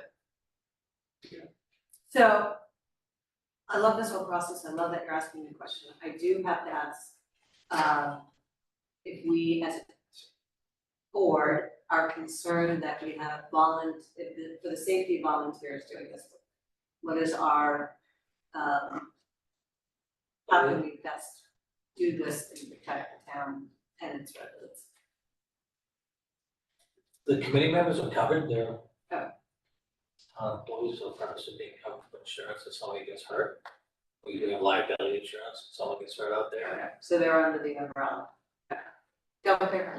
Well, and, there were gonna be students who were getting service hours camp arranged. well, wouldn't that be done? to the Yeah, school department? It's definitely there. Yeah, They must So what have- about, sorry, there's something back here. I do have a question. I just named, I always forget to ask people this, just name and. Yeah, Alex Payne, I'm on the committee. I live on 28 Moreland Road in Scituate. So the auction piece of this, do they come and actually take it away? If they want, let's say we have 10 boxes of glassware, which we probably have. We determine what is appropriate for the house. Does the auction house come and take 10, what do they do, take a picture of it? Yeah, they'll take multiple pictures of it, put it on an online website. If it sells, then that person makes arrangements with Okay, the town. do they to figure it out. photograph it, they'll open the box, they do all that They do it all. grunt work? Yeah. But we're just, that garage is gonna be full of surplus. And we don't, By the time we're done. and we don't have to pay for this. They get a they get commission. a portion of it, yeah. Yeah, Okay. but we get all the money for the sale, they get a commission on top. Yeah. If they charge the buyer. They do all the work, once we say sell it, they do all the work. Okay, good. But, Right. just to build on this question, I mean, there's a liability thing I think you addressed, but you've got a committee of not so young people, and we really want to make sure we don't expose them to lifting things they shouldn't be lifting, for example, but also the attic needs to be cleared out in its entirety. I went up there recently, and it's like the pull down staircase to, a horror movie, kind of thing. And so, we're gonna need, and Cam, I'm sure we're working through how to do this. I don't think it's appropriate personally for students to be doing that. So we do need, people who do this kind of thing. Try to do things. that Talk really about the shouldn't. we got junk people, I'm sorry. the we got junk people. I'm open to ideas, I'm not the expert, but I just want this group to be aware that we're not trying to shirk responsibilities, we just don't feel like we're the appropriate ones to do it, the so-called heavy lifting. Now, we got junk people who wanna take it down and put it in the truck. Some of that stuff in the attic is probably gonna end up in the house. It's got value. We just don't wanna move them down because they're very heavy, and the stairs are like ridiculously rickety and dangerous. We've got dead footboards and headboards up in the attic that, I don't know how they get down the stairs, but they should probably go into surplus. So, but somebody has to move them down. So let's do what, let's do what we can first. Let's bite off one piece of the apple Okay, before, because we can always do another survey. trust me, Nancy will be happy to do another auction in the future. But let's do what we can, let's clean up what we can. Let's not, I mean, again, Can we get some of the other Enough. DPW guys, if it's been appointed to move something from one level to another? It's really not within their job descriptions. Well, could I suggest, we could conceivably hire a professional moving company for an afternoon or a day to handle stuff that shouldn't be handled by volunteers and can't be handled by people who it's not in their job description. Otherwise, it's gonna stay up there. But I'm with everyone else, get rid of the trash first. and Yeah, I guess get one let's cross that bridge when we get. Yeah, so I could see up in the attic, you could tag it, a yellow tag, and then some guys that are that kind of physical ability, they see a yellow tag and they know that's gotta go down to here, moment. So there's not a lot of, you're gonna streamline that, and that's the way, but in time. so let's start just there. Get the trash out, whatever surplus you can get in those boxes, miscellaneous, don't think, but don't overthink it, like, oh, like you said, like this Allen wrench, whatever, tools. Does that make sense? Let's just start, let's get the ball rolling. And then Sean said, make sure you talk to Sean about the disposal, maybe there might be hazardous to the owner or hazardous waste days. Alright, that makes sense? Yeah. We good? If we do some calibration without going back to the full board, we can look to Susan. Or Karen or Cam. Okay, whoever's around. Yeah, but I think that gives us plenty of flexibility. Yeah. Without torturing you, which is of course the goal. So, thank you. Love it, alright, Thank you so much. thank you. Thank you very much.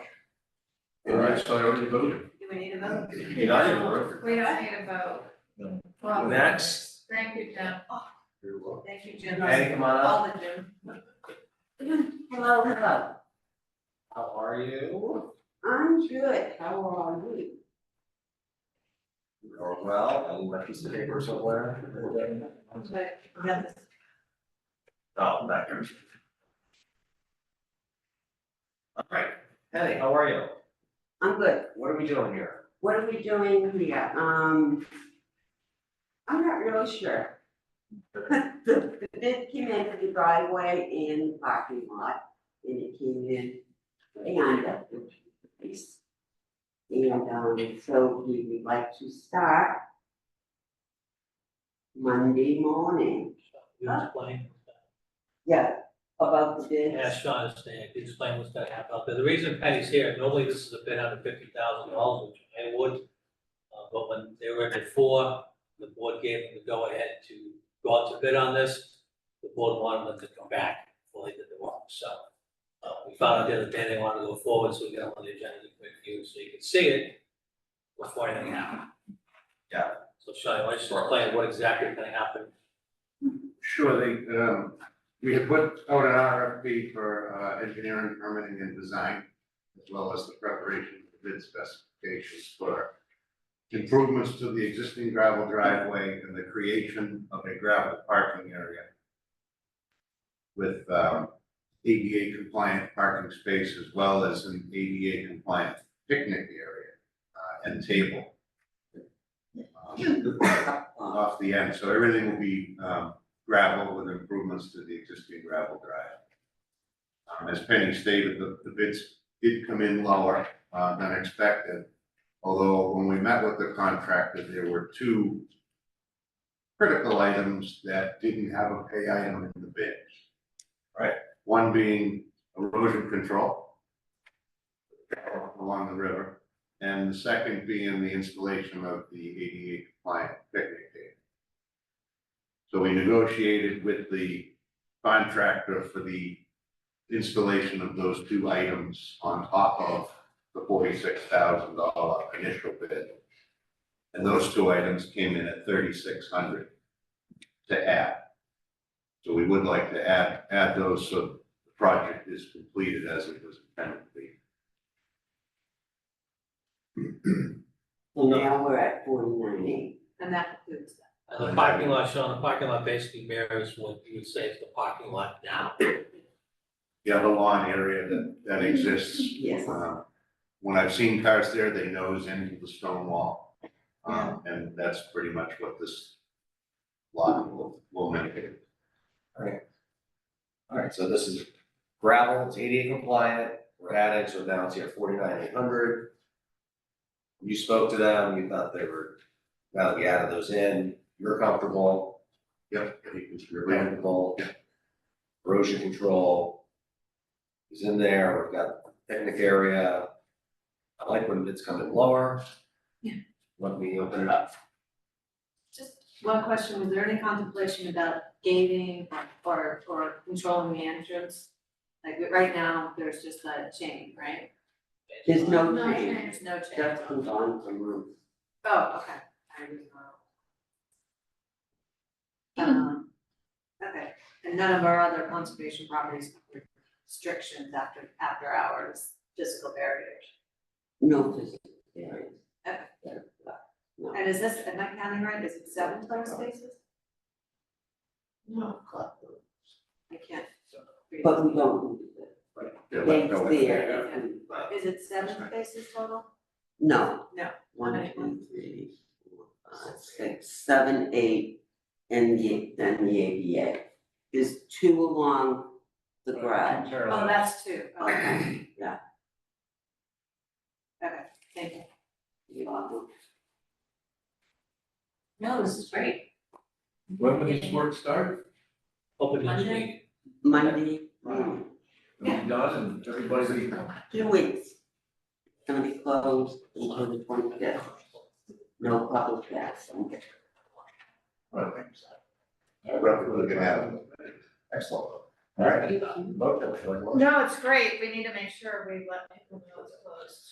I imagine it's gonna, There the property will be is a gonna be closed sign. closed for the 2 weeks, right? Yeah, and when they leave at nighttime, there'll be the area put up and Okay, this is the closed free. So the public. If I may, I'd like to ask the Mordecai Lincoln Committee to see if we can get some sort of a sign that describes the history of the property, not necessarily going back to, Mordecai Lincoln, but that the town bought the property, CPC money, because people are confused still. And I think that rather than, if there's a way to have a small sign that describes when the town bought it, that it was bought with CPC funds, that it's owned by the town, I think it'd be helpful for people. that's like, since we came in under red and this is CBC. Well, Okay. okay, there's going to be sign post. right, Okay, there's one in the beginning. Okay, and that would be that sign, I would like help creating the sign, Right. what we want to say. Okay, because that is not part of the bid, the No, actual no. sign, the actual signs were. I should have let them go ahead with Me too. Oh, the okay, motion first. but there's a sign there, there's a handicap parking sign, and I believe there's also a fire. So they will be putting the post in, Oh, okay, good. and then we will be getting Great, started. great. Okay, but Pick the up one one, stuff. the one at the end of the driveway, I'm gonna need some help, exactly how you wanna word it, if you want it, and so forth. Great. All right. Thank you. Awesome.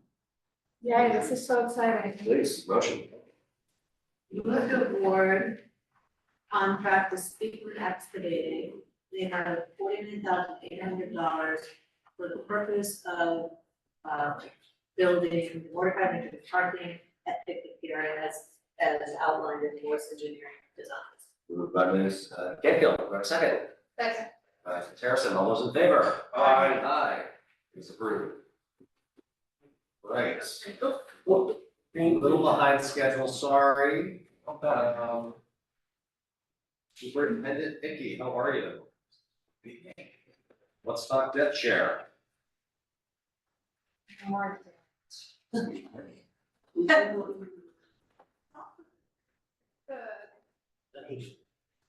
How'd the year go first? Well, thanks for asking. Thanks First, for. tell us what's going on in the school. What do you want? Well, we had a pretty solid start to the year. All things considered, I mean, you go by the school and I think the first sight is our horticultural landscape kids are oftentimes out there ready to take care of the front. And our athletic participation has never been higher, so it's a busy place.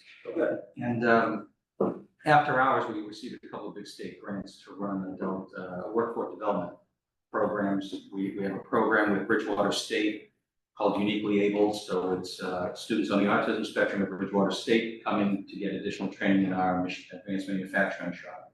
Great partnership. So dawn to dusk and beyond, we've got a lot going on. That's great. Thank you. Thanks for asking. We could talk all night about it. Okay.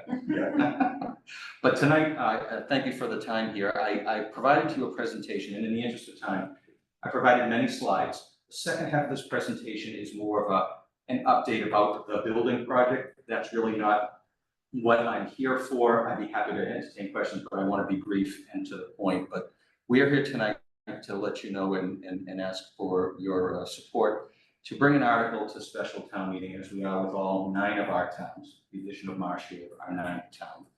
And we're looking to change our regional agreement so that we change how we calculate debt share.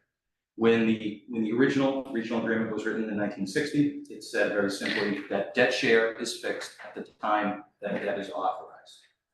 If we are fortunate to get a building project in January, that was the impetus for looking into this. And the idea is that over a 30-year or whatever long period you're borrowing, enrollments fluctuate. So this surgical change in the agreement is essentially saying that we'll use a 4-year rolling average in order to calculate debt share. Seth, do you mind going? I'll try to package a few slides here. So this is what it says in our agreement right now, the fixed share. Whenever you authorize the debt, you go back 3 fiscal years and you grab that October 1 Sims report and you calculate, and it's fixed. That's it. Next slide, please. This is a little more colors here, but this is essentially my effort to say, you're building the budget for a particular year, we're certifying it the year before, we use the 4 prior fiscal years enrollment. So hypothetically, in the middle of the slide, if we were determining debt share in fiscal 33, school board would be looking at this and certifying a budget in 32, and we'd be looking at the enrollments from fiscals 31 back to 28. That's your rolling average. And so the only other factor, and thanks, Seth, the next one, that's perfect. The other on a parallel track, the other thing that's getting tweaked in this agreement is extending the adjustable portion for the town of Marshfield. You might remember we were in front of you for the May 2023 town meeting. This was an amended regional agreement. We were bringing Marshfield in. And what we were trying to do is figure out how do we calculate a new town's debt share when they have no enrollment history. So we came up with a model that gave us an apples to apples comparison. This chart here, it's kind of busy, but the middle column says, this is what's in the agreement right now. And by moving to the proposed column, it's essentially this. Marshfield will pay their share of the kids in the building until fiscal 33, at which time they will have had enough kids in the building to match the enrollment history of all member communities. This way, it's essentially done as a pay-as-you-go. And the next slide, Seth, if you don't mind, this is my debt share bingo card showing, helping me count when do we get to that point. Those 4 red 4s at the bottom are in those fiscal years, fiscals 31, 30, 29, and 28. That just helped me calibrate when Marshfield will have that. So the final slide in the presentation, so this slide here ties it all together, and the next slide is more important because it'll just show you some math. So now you've got Marshfield's calculation, and then you've got let's call them the original 8 towns. So until we get to the point that Marshfield has enough enrollment history, what we'll essentially do is treat Marshfield's debt share as an offset, which will lower the assessments from the other communities. So this is my fake example. Let's say in the middle of this on-ramp in fiscal 28, we've got to carve up $1 million. First, we'll look at, okay, what's the most recent Sims report say for Marshfield enrollment? In this fake example, they got 20 kids out of 500. Their debt share is 40 grand. Okay, set that aside.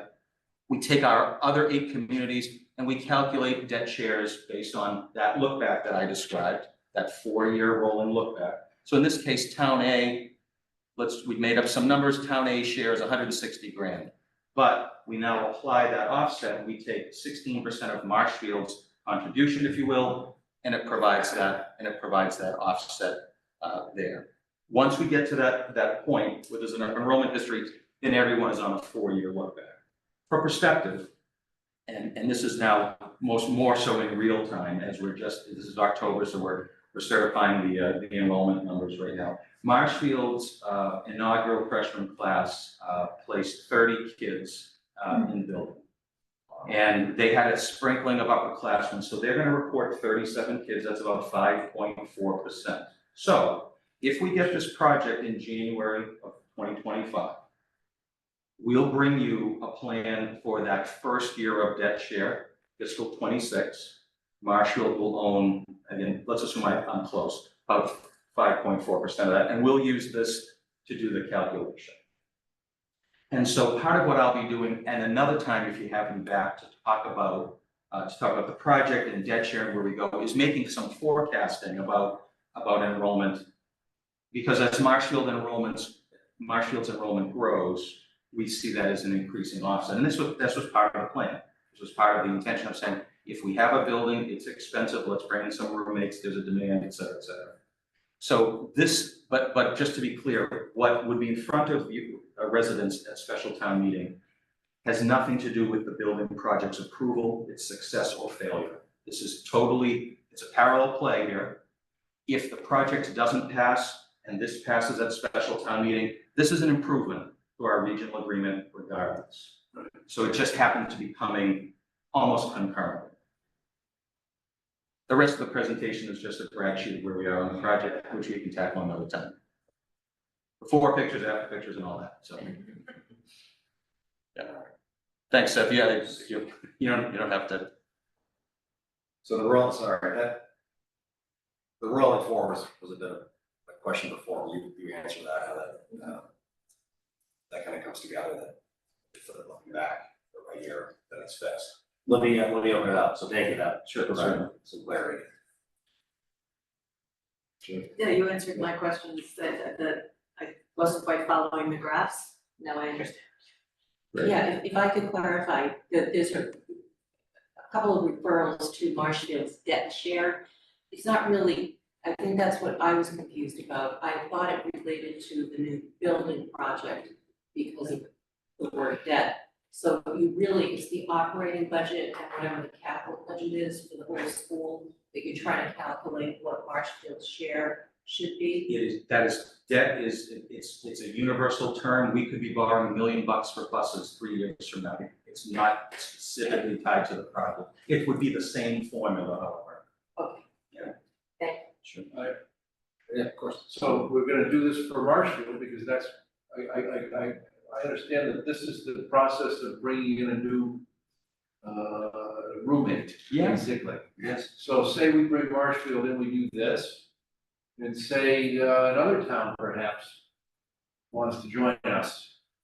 You would implement the same method for that era of time, whenever that occurs. Say you add Carver, or you have, I don't know who, but. I'll tell you right now, I'm in conversations with Pembroke. Well, there you go. So Pembroke is extremely this would be interested the in. same, it fixes something that we don't really have. What we would do, Jamie, is we would bring back to our towns a subsequent regional agreement amendment, go through the process with the Department of Ed's regional schools office, make sure it's vetted by them. And if folks, I think the model we have is something we would probably start with. First, we have to look at the stabilization fund. We did this in 2023. We have an existing stabilization fund, 8 towns have contributed to it. You've got to pony up a share. And that's what we worked on with Marshall. I would do the same thing. If a 10th town were to join and we're a couple of years into a building project or any kind of debt, we would want to look at what our existing towns have already paid with. So I would probably add that one variable. We have no debt on the books as a school district right now. We have debt on the books when the next community comes in. We would also want to look at that, a bit of a look back on that money as well. Yeah, that piece. But I think this is great. Thank you. How did you decide 4 years? Look. We looked at volatility. We said that we wanted to, the 4-year, we use a 3-year, fun fact, we use a 3-year rolling average for capital that we don't borrow. So if we're assessing Scituate a share of the capital expenses, we've always, since the 1960s, there's been a 3-year rolling average. So we said, oh, this is kind of a big project. Volatility on such big numbers, a spike in enrollment, a drop in enrollment. So towns will realize it, but we wanted to massage out the peaks and valleys. Interesting, very good, I like it. That's good. I just keep asking Tom why the kids can't build the school. Get them out there. And that's where that connection breaks up on my cell phone and everything. What? Yeah, I gotta go. Jim? I'm sorry, I'm gonna. Well, I think the veterinary program will be very popular, I would think. We've gotten such good feedback from opening if we can open a plumbing program and a veterinary Yes, science more program. plumbers, please. Yep, it'll be separate from More our HVAC electricians. program. What I can say to Jim's point, I appreciate him bringing that up, is that when I was in that a long meeting when we were reconciling some estimates. And it was, I think, the highlight of being on that Zoom was being able to tell our architect and the estimators that, no, we can handle that. Oh, you have to put in bike racks because that's a requirement for the greenness. Nope, metal fabric will do the bike racks. Nope, we'll do this. Horticulture's gonna cut down the allowance on the planting. So I think we probably shaved $1 million off the bottom of that, you know. I will say another piece of unofficial good news, which I don't mind sharing with you, is it looks like our reimbursement rate was increased slightly because we technically expanded our district. So I was pleasantly surprised to hear that. October 30th, we'll be in front of the MSBA board. They will officially review and vote on the matter. And then our intention would be to take all the rest of these other slides, put some tax impact information together, get it out to our towns. And then from that point until January 25th, we have reserved the community room at the Scituate Library for November 13th to have a forum which will properly promote that to make sure folks are interested. But so again, for right now, for tonight, we have a lengthy agenda, and at least for the special town meeting warrant, hopefully that will be approved. We had one community that had a town meeting already who approved it last night. So.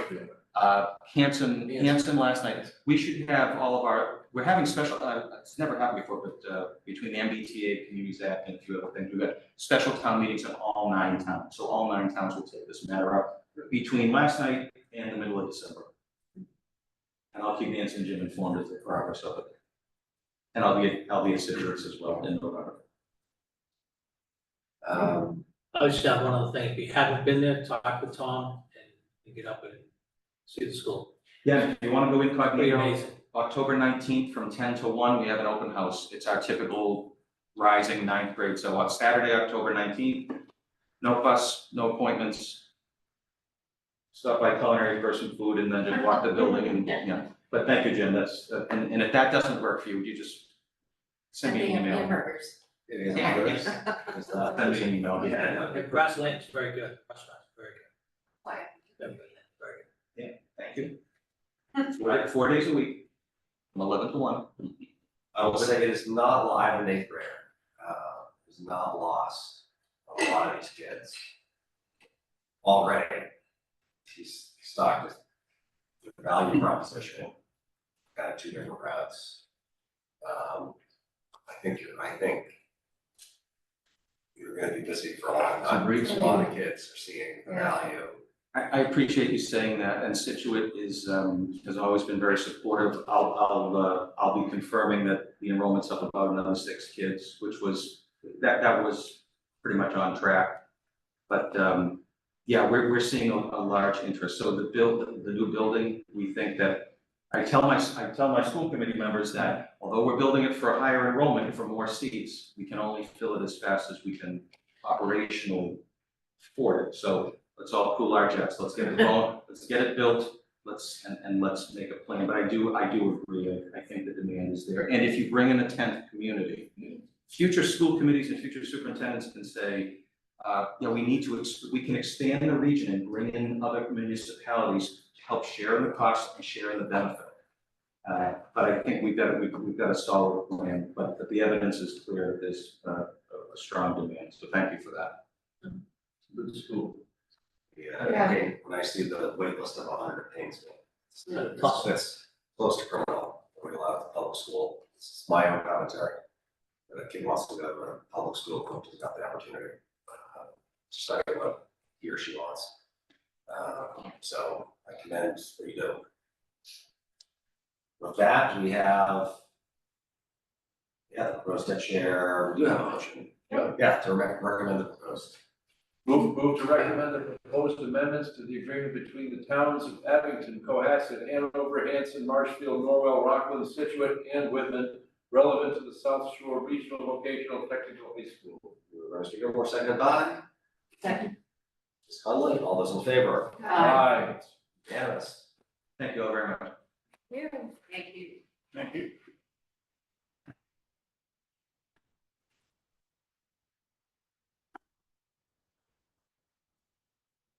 Capital plan it up, Jim. Capital plan recommendations.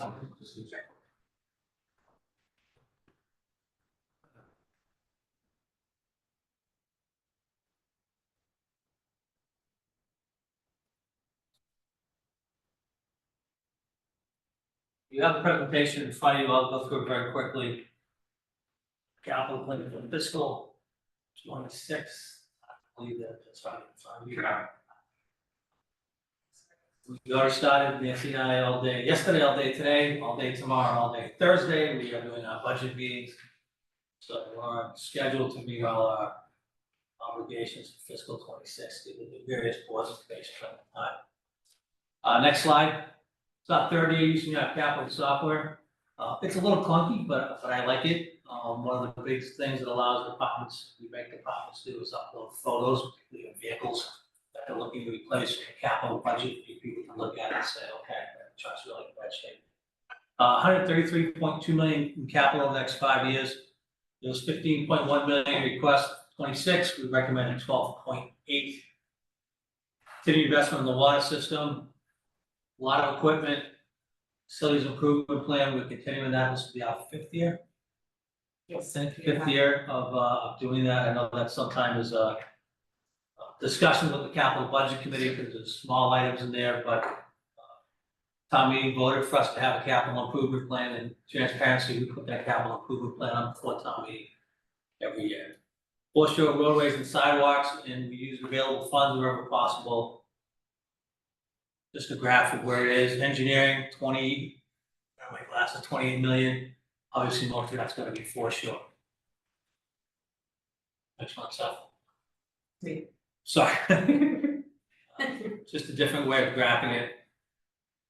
This is our capital plan. Dredging is the North-South River dredge. That will be a state match. We'll put up part. Marshall will put up part, the state will put up the rest. We did that a couple years ago. We did not go all the way into the Julian Street Bridge. We had the money. We had a couple of big storms, and bottom fourth cliff is now on the South River, so that's still up against that project to come again. Technology is big, equipment, store infrastructure. The one big project we didn't approve or we didn't recommend is a project with the sewer treatment plant, and that is because they're in the middle of doing their facility study. So we don't want to jump ahead and do something with the sewer treatment plant, something else might be higher up on their list, so that'll wait until that plan is done. That's where it's coming from. Tax levy borrowing, that's all these Jenkins School, right? Yeah, it's just Jenkins. Yeah, that's Jenkins windows at the Jenkins School. If you recall, a couple of years ago with the high school roof, we put that as a borrowing, and then we paid it off. Cashed it out, so. 4.85 million recommended. We did recommend painting at the library, and then we took that off because CAM has a quote that brings it under the requirement from capital, so there is money on the special town meeting to do that project, to pay at the library. So facilities and infrastructure is big. We try to keep as much borrowing down as we can. The borrowing is mostly the water projects, will be the big ones on those. Again, that Jenkins windows, we replaced all the windows at Jenkins School, we replaced the roof already. I know a lot of people say that's the new school, it's over 20 years old at this point. So we are getting to fund some of those systems to be replaced. Forest Shore continues. We keep funding through our budgets and other ways, roadway improvements. I know some of the board members talk about sidewalks. We use the money in the budget to do our sidewalk repairs. New sidewalks right now, we have funding through Mass Works grants. That's how we did Country Way. We'll be applying next year, will be the next year we can apply for Stockbridge. Latest estimate on that is almost 600,000. And the total, the major amount for the grant is 400. We've been very successful in that in the past. I do want to just caution the board that the state has changed some of the scoring on that. And now they want you to make accommodations for bikes.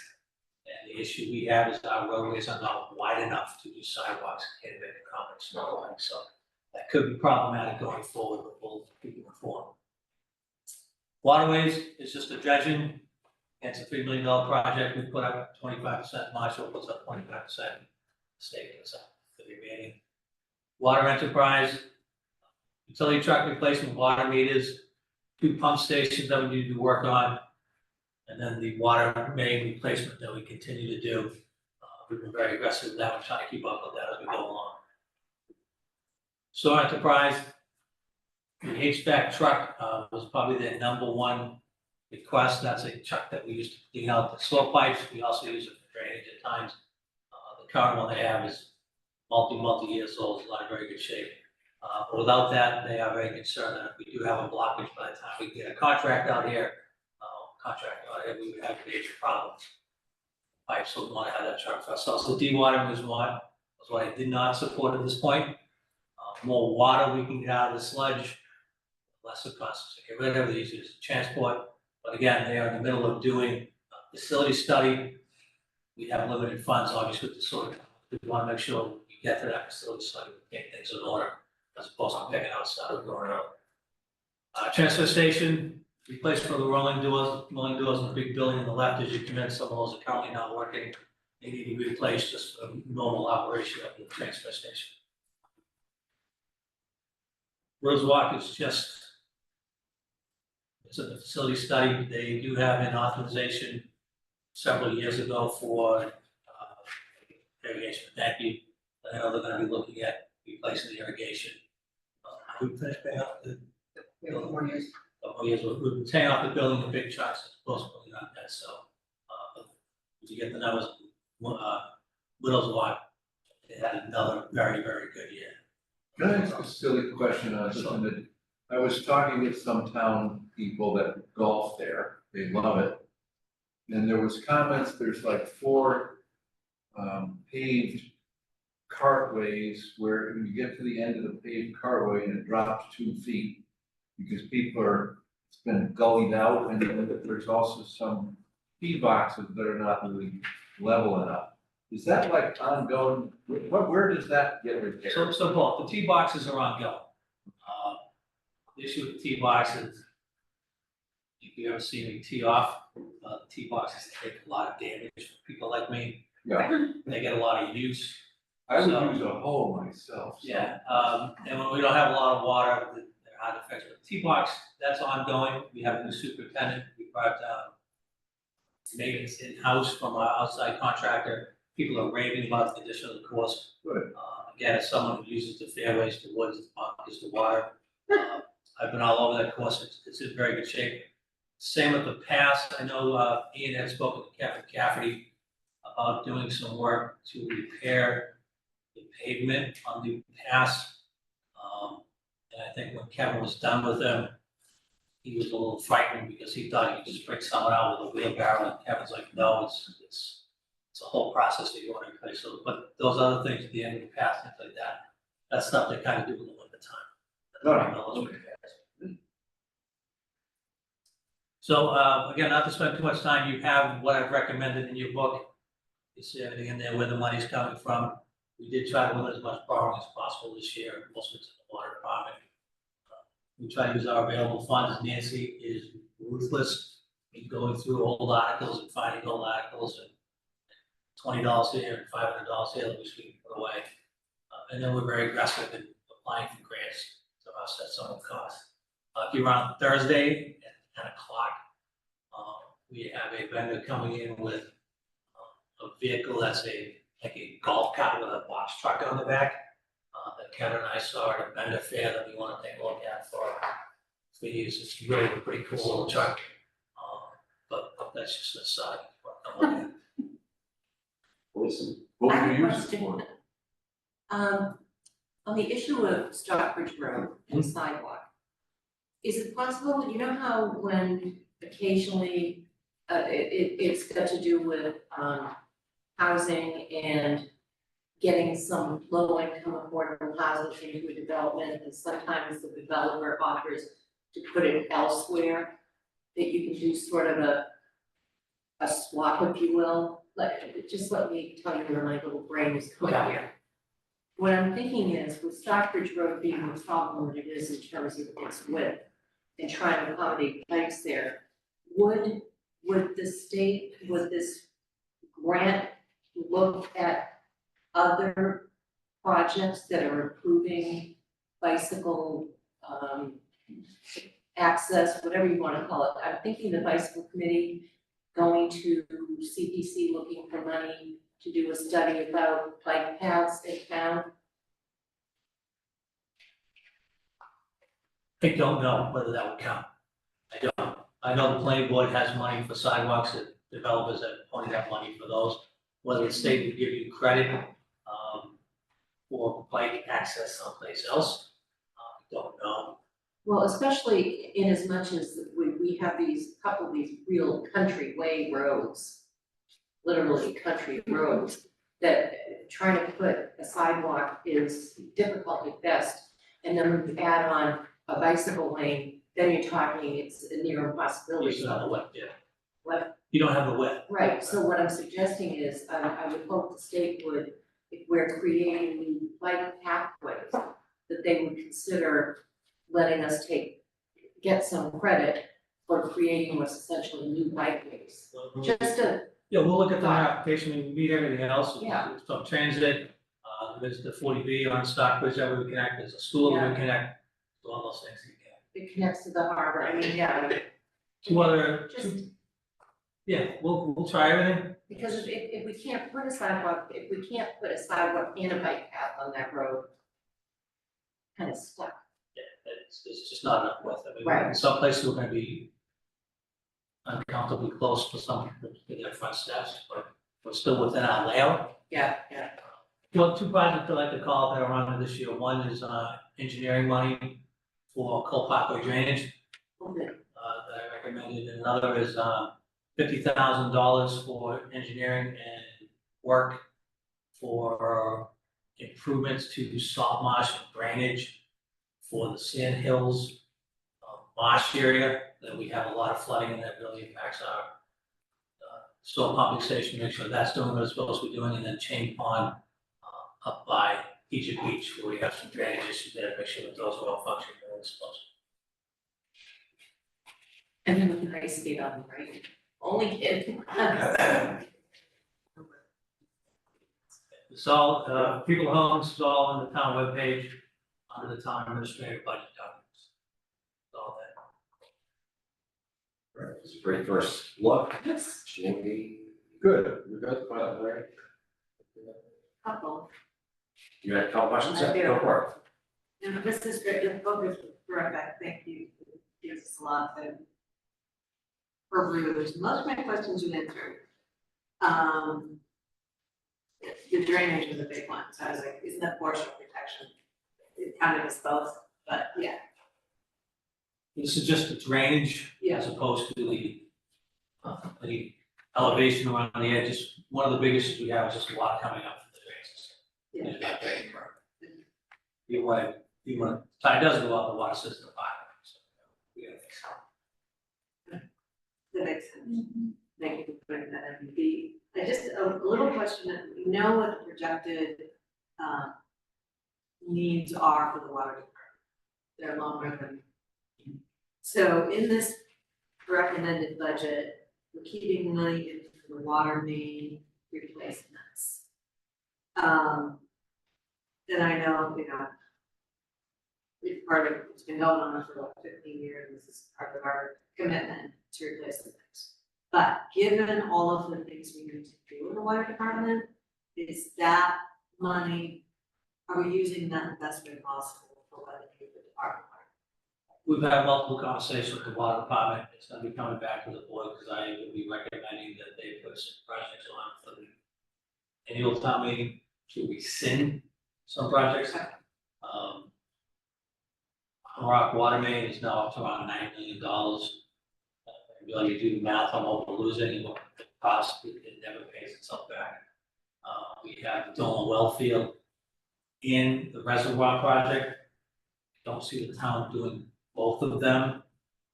In addition, on the reservoir project, they've done some new calculations and they think that we might be able to get as much bang by getting the silt out of the reservoir and silt it up as opposed to raising it.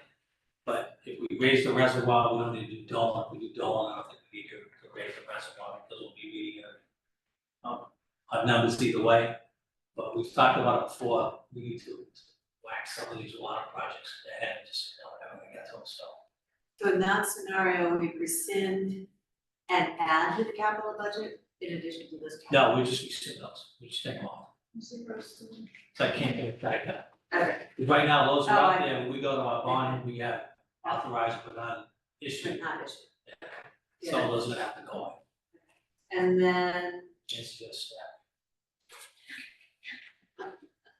on the sewer, the I and I, you did not recommend the 200,000 toward the I and I, projects. I know you said something about that, tell me why. I think right now we do have significant amounts of money for I-9 Yeah. projects that they still have to finish. So I think we can keep working on those and then come back and do just. The other options. Okay, okay, that makes sense, thank you.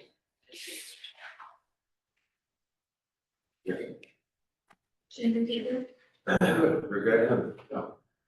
I actually had a question, this book, we're looking at beyond 26, we're looking 27, 29. And that's like, I don't know, I'm looking at the 27, I'm like in a panic right now. Those are not just, these are like kind of potential projects, these wouldn't be everything we're gonna do, cause 27 and 28 seems super loaded, like we're just like pushing the projects out, but. And I'm reading through them and there's like, no way we're doing some of this stuff in No. 2 years, No. okay, Those just projects that are around there. There's a lot of projects. it's like 52 million. There's a bunch of projects in the schools that they just forgot. So, again, you look at some of the water department projects and you say, what's not gonna do that? Okay, But well, it's even the still on. harbor master one, there's no way that's happening. Is that the building? Yeah, Yeah, it's just, that's on the plan, yeah, whether we approve it's it or on, that's not. on for 27, Yeah, I don't think it gets to it. yeah, I don't think we're getting to a lot of this stuff. Just because it's on the plan doesn't mean we do it, just. No, I know, I just like when we're pushing it out, we just push it 1 year, it just all of a sudden adds up to $50 million. Until we And it push it looks out. really scary, and then the next year is like 41 million. No, I do want, those charts are super helpful for planning. It is super helpful, but I mean, you also need to go through, I was like circling a bunch of stuff. You that's look like, at no last way, year's no plan, way, no way. what did we approve last year, it was 100-something million, but 120 was the school. Yeah, So okay. sometimes something like that will just jump out and be huge, but. Yeah, one thing that Nancy's been terrific about for, say, like the Water Enterprise Fund, is when we see that there's gonna, like, there's things we have to do, we can flatten out the, or roll, I don't know, like, right way to say it. Smooth it, How we usually smooth out the want to impact manage on the residents instead of going, oh, we're gonna go up 40% this year. We're not gonna do that. We're not gonna.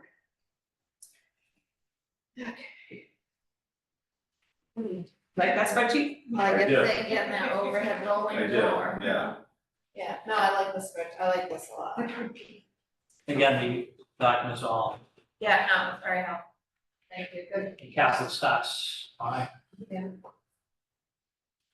So if they're all at home watching this, I won't have to do the presentation. Chris is here. Thanks, Chris. Oh, yeah, oh, great. What did he say? Great, thank you.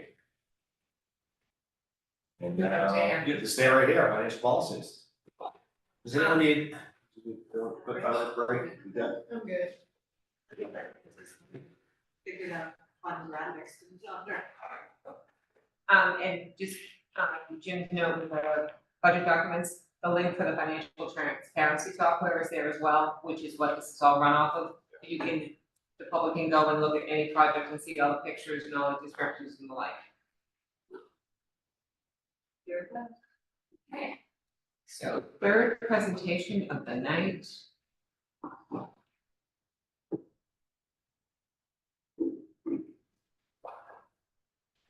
financial policies.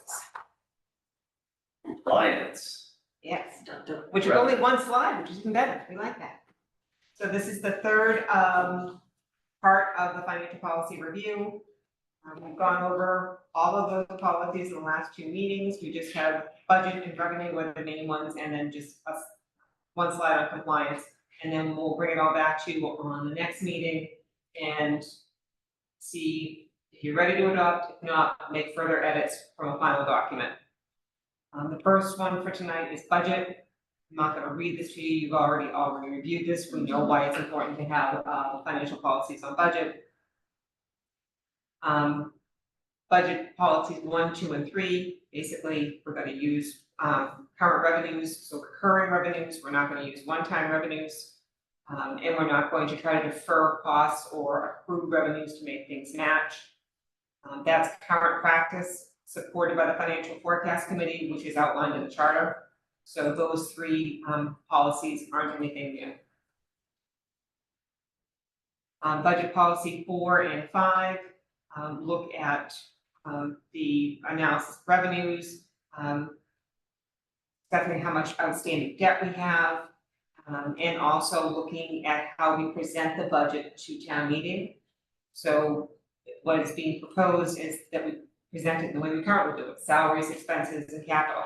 So budget policies 4 and 5 are our current practice, so nothing new there. Budget policy 6, this is not our current practice, we try to do it, but if we add it to the policy, we have to do more than try, and this is to commit in the policies that we will provide for adequate maintenance, replacements of capital plant and equipment. So this is one to think about. If we put it in, we have to abide by it. Budget policy 7 is the monthly report of expenditures at functional levels, so at function, general government, public safety, those would be the functions, select board, and then the town administrator on line item level. This is current practice.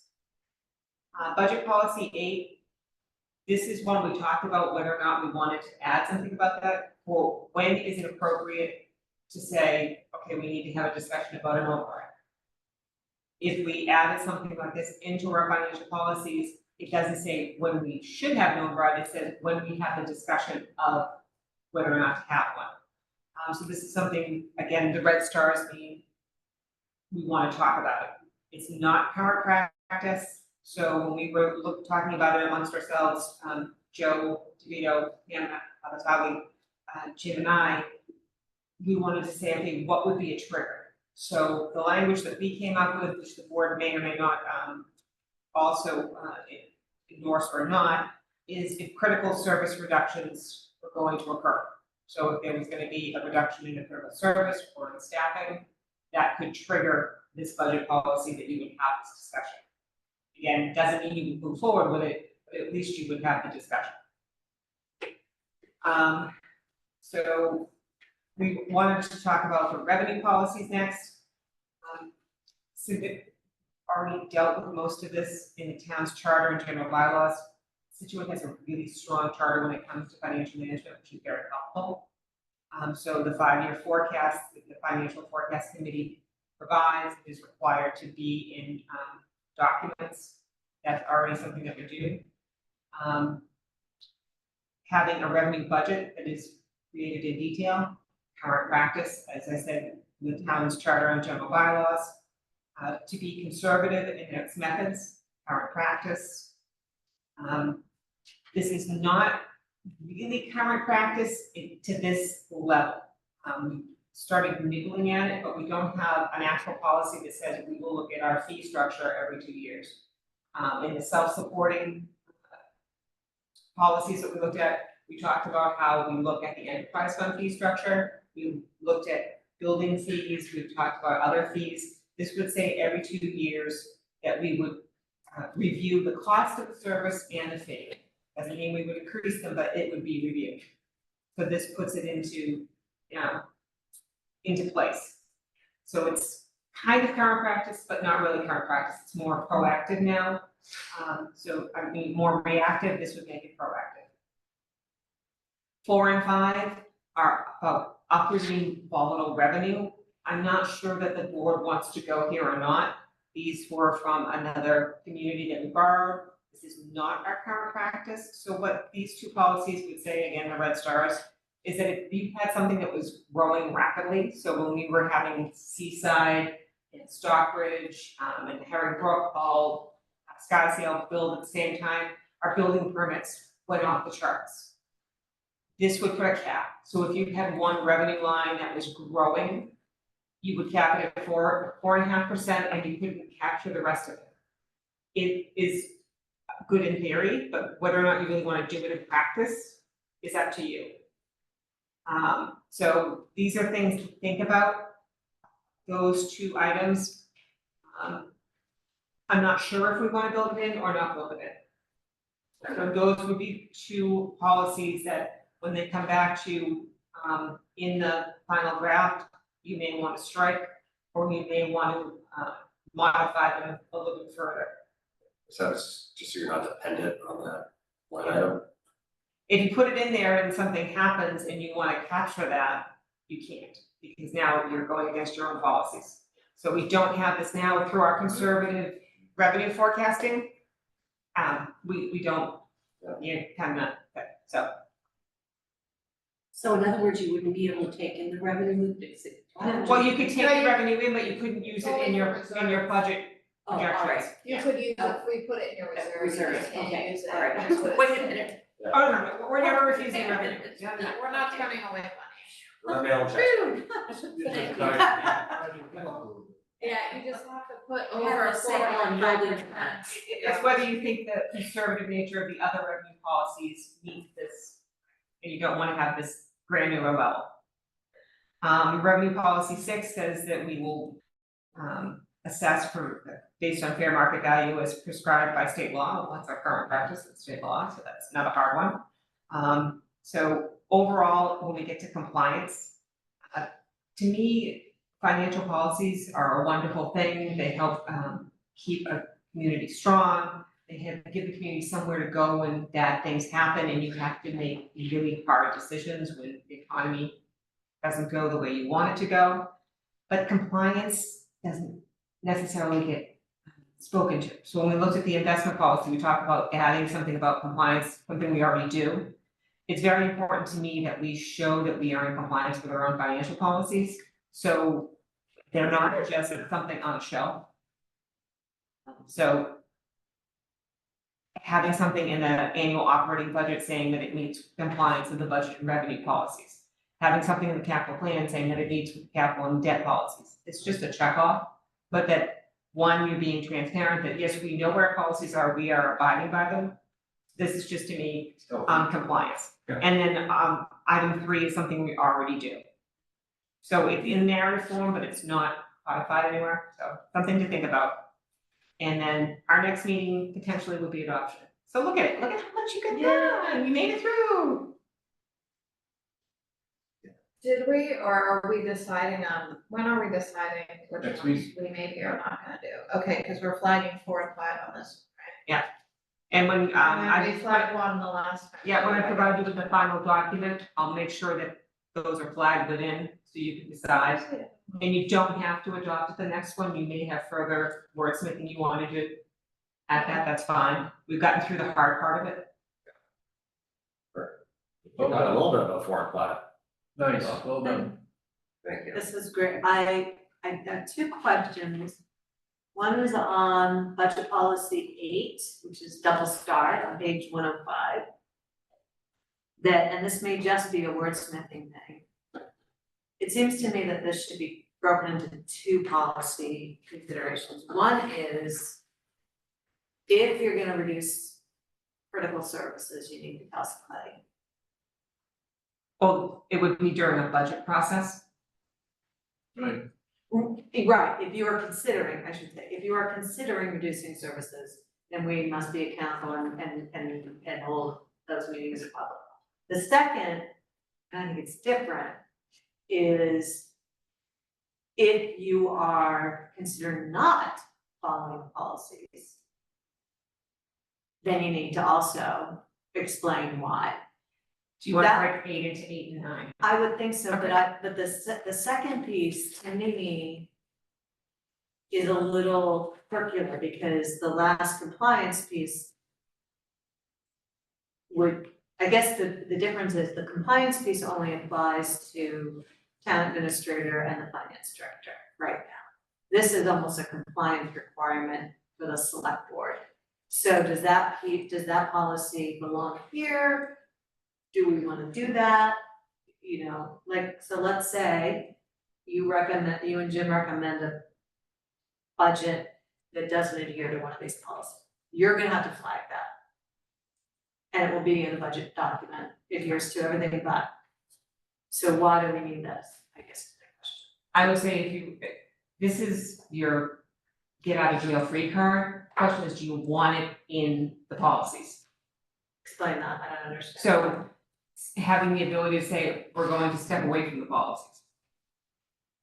It kind of defeats. Oh, it gives us authority. Yeah, it kind of defeats the purpose of the policies.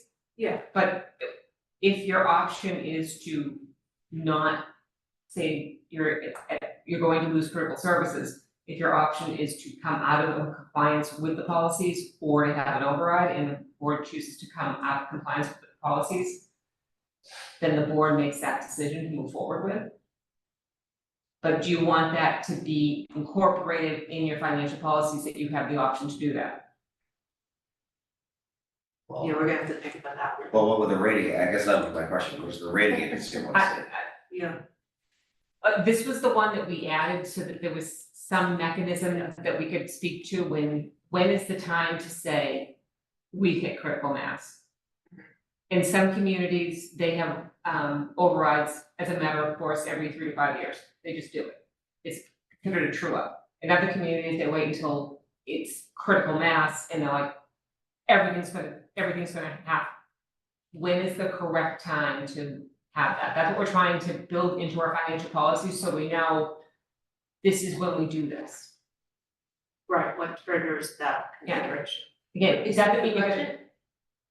Yeah, but sometimes you try to make other accommodations, so you don't have to have that discussion. Because you don't wanna say the O word. Well, yeah, I was just gonna say, because that's the last place you wanna go. It is the last place you wanna go, but do you avoid the discussion at all? No, I think it's healthy to, if you're gonna get to the point where that's, lose critical services or staffing because of a downturn or an overspend or whatever's happened, I think that's healthy to be able to say that we're gonna have that discussion. But I think you have that discussion during the budget. We have it anyways. Right? But Because if we're looking at what you're telling us our projected revenues are and what our projected expenses are, and for whatever reason, you know, the economy just falls out, and I would think that we would be having discussions about, well, maybe we can't keep the library open 7 days a week. So just as in the natural course of discussing, if we think we've got a budget problem, isn't that what we're doing? I guess my question is, that means if we have those conversations, we're adhering to the policies.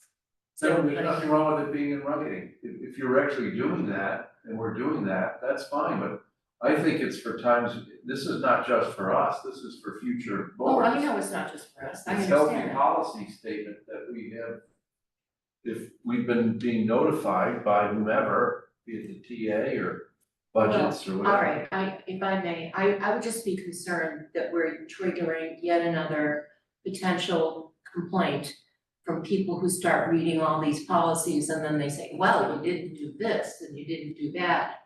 So I think it's worth it. Problematic. Yeah, I do. I can see that. That's why. Let's do a little wordsmithing on that one and see how you feel in the next version of it at the next meeting.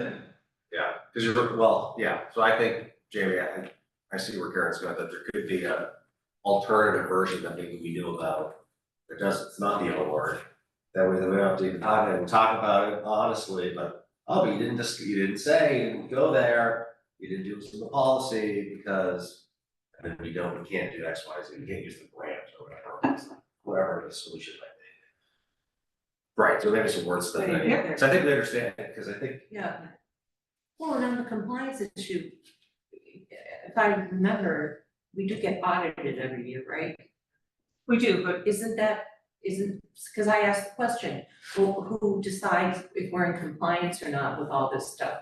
Is that the credit rating agency will look at it, the auditors don't look at it. so no one is looking to see if we comply with all these policies that were done? That's why we wanna build in compliance with the policies into the new set of policies to make sure. This is very black and Internal white. compliance Yeah. versus external.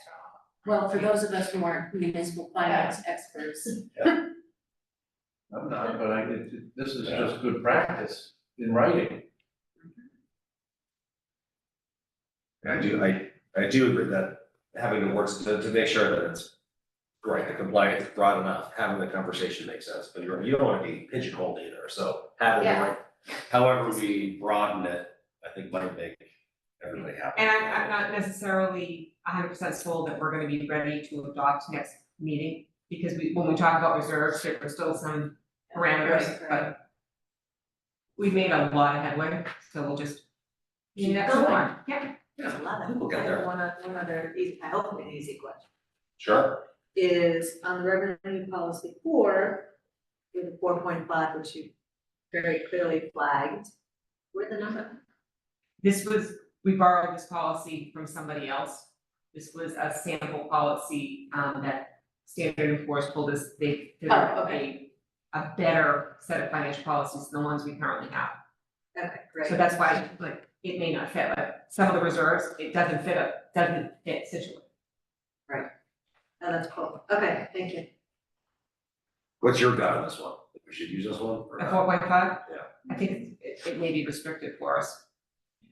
I think our conservative revenue and our current practice as well as the conservative revenue policy meets that. Yeah. I agree. Yeah, we always are yelling, Alright, this is too low, the projections are too low. Where are you on this? We may be able to access one Yeah, early, yeah. just by some head nuts. Yeah, I think what we do gets to the intent of it. Alright. Cool, Save so one. that's, X that one out, yeah. so moving along. Yeah. Okay, it's up to the board whether they wanna do the next two items. The special town meeting warrant has been kind of slowly meandering along with the board because bylaw review has not met and there's several bylaw review articles. I don't know if the board wants to take up consent agenda and assign the articles, or if they wanna wait to the next meeting where we're going to be hopefully voting the articles. And that way you can knock two things off your agenda, we'll just do it all at once at that meeting if you want, it's completely up to you. Also, if bylaw review still has not posted a meeting as of this afternoon, would you consider at your next meeting just having town council come in and discuss those articles with you, so that we can move it along? Yeah. So bylaw, I penciled in, because next Monday, they typically meet on Mondays, next Monday is Indigenous /Columbus Day, so they're not, I have a pencil on June 21st. Yeah, Which is, I prefer to hear from town council. Yeah, let's just, if bylaw review provides something to you later, that's Great. fine, That's but fine, we but- can't, Yeah, like, it's what, Yeah. 3? I'll get with Jim and reach out to Brian to see if he can zoom in and just 4. do that at the front of the next meeting. Yeah. Since he wrote all those articles. Well, he's gonna approve. well, he's not gonna be able to explain them. That works. And do you wanna hold on those other two agenda items then to the next meeting, Yeah, just then do we it do all it at all once? at once, Okay, cool. See, we're just moving right on. seems like there is agreements. Okay. Oh. We're not doing budget, we're doing procurement. Horticulture? Order. That So- says, Landscaping it's always an issue, it comes up during budget season with beautification and with the different departments saying that there's these special little areas that don't get touched, DPW doesn't have time, the whole spiel. So we put out a bid specifically for those areas. And then also said that as part of the procurement, that this company at a hourly rate would be available for special projects. So if we had something special, or beautification had something special, or someone else had something special, they could go to them and get a rate based on the unit price. So we had, as you can see from the bid summary results, we had 7 responses. Can't count, and 6 of them were responsive. The lowest bidder, a huge range, anywhere from $287,000 just for the base specialty work, all the way down to $37,685, which would be the one that's recommended to you. So this would be Horticultural Services LLC, otherwise known DBA Landscaping by J. Michael out of Marshfield. They're the ones that worked on Central Field. And then their hourly rates for prevailing wage rate would be $118, and prevailing wage would apply if they disturb the ground. And then non-prevailing wage would be $79. So if they cut the grass, it's $79. It's non-prevailing wage. If they start excavating, it's prevailing wage. It's Massachusetts law, sorry. So if the board is so inclined at the special town meeting, we will put funds in public grounds budget for this contract, and it's something that we have to build into the budget going forward. This has been the push and pull with the landscaping, is that we don't have the money, but we've been paying for it all along, just coming out of different pots. We're just trying to get it cured and to deal with it, so it's now, yes, these specific areas will be handled like this, and this includes around the specific specialty areas or the school, the library, the public safety complex, those key areas. And then conservation has special projects. The islands, Nancy? The islands beautification has a separate contract Oh, for the they have a islands. separate contract, Yeah. because some of them are completely not safe for volunteers to be. Yeah, they have a contract with Northern Oak, which they procured for those islands that they don't do in Adopt-A-Lot. And then DPW has procured, and these are longstanding contracts that have been procured annually for the cemeteries, Right. in pocket park maintenance.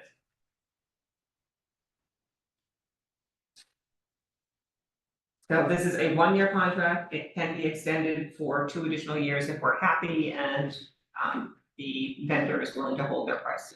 This is great. We're gonna afford this. Well, the thing is, we've been affording it all along. Right, we're just going to say, this is where it's coming from. And I think this will be, this is above all the other contracts. I can't tell you how many people, like, we have a landscaping contract in place, we have a landscaping contract. Like, Frank Snow and Jen Smith are anxiously waiting, because conservation wants to use this contract. Historical wants to use this contract. This is a good company, they're good people. Yeah. Right. And so who's the cost of this budget, Jim? That's what we put it, yeah. Okay, just asking. Well, we're only budgeting for the main thing. If you wanna do a special project, No, I do not. you gotta pay for it. I'm not doing it. All right, any other questions? Motion.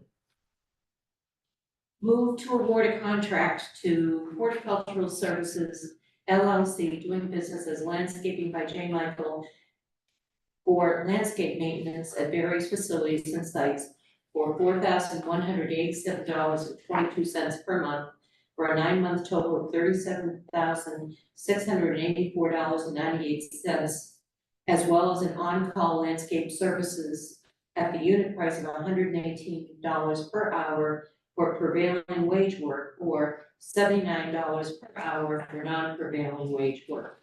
This contract is for 1 year and may be extended for 2 additional 1-year periods by mutual agreement. So it's a 9-month total, but it's a 1 year. In other words, they're only landscaping 9 months of the year. Is that the? They're only landscaping until the end of June, and then we would extend the contract. Okay, We're putting money in the special town meeting to do things that. so I read it correct. Yes. Just checking. Second. That's a good question. Okay. Moved by Ms. Conley, seconded by Ms. Canfield. All those in favor? Aye. It's unanimous. The next one is fence. So this may not seem like a very interesting and wild one, but when you start looking at how much we spend on fencing, it's like, okay, this is kind of, we should do something with this, procure it. Also, if we have any type of storm and fence gets blown down, it's nice to have somebody on contract. So there were 3 bidders to this one, Hawkeye Fence, who is currently a contractor with the town for fencing, Premier Fence, and then R&D Sports, who's doing the tennis courts right now. I'm trying to think of anything. This contract had a lot of, like, 4 pages of unit prices. It was the longest bid opening of my life, as we kept reading all these unit prices. Because 4 feet, 5 feet, 6 feet, vinyl coated, whatever. So it's very specific. It's for $285,000, but that's because the unit prices, we had to give them a quantity. We're not gonna spend $285,000 on fencing. But I borrowed City of Lawrence's procurement and then reduced the quantities. Obviously, should probably reduce them a little bit more. Yeah. But until we get to use them for the first time, so we will only spend that for which we buy. But for comparison purposes and procurement purposes, we had to give them a quantity and they had to give us a unit price and then we had to get the extended. So, again, we're home, and for us, understand that this is, we're not spending necessarily the whole 285,000 unless. Major Yeah, vandalism. we Major Storms. vandalism, Milton comes up here. and we've it's never terrible. spent $285,000 on fencing. Questions, concerns, comments? It's based on unit prices. Yes. Are there any minimums? No minimums. I like it. It's fine. Take a motion then. Move to award a contract to Hawkeye Fence LLC of Brockton, Mass. At the unit prices for on-call fence services for an amount not to exceed $285,000. Second. Ms. Cagle, seconded by Mr. Gilmore, in favor, it's unanimous. And the final contract before you is for on-call electrical services for water pump stations and water treatment plant. You may recognize this from last year. The vendor who had it, there were extensions. The vendor did not want to hold their price, so we had to put it back out to bid.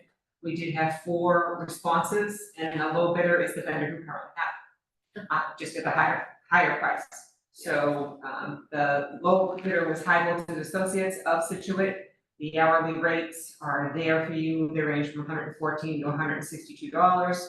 The markup on materials is 15%. So the total cost was estimated to be $44,375, which was just shy of the second lowest bidder, which was $45,350.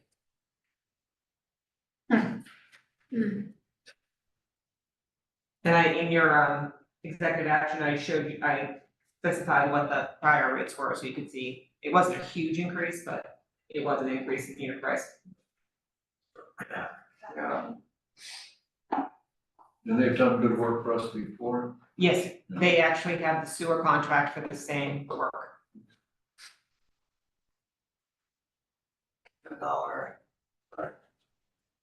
Get back and talk about the hotel. Yeah. Yeah. We're the wrong business.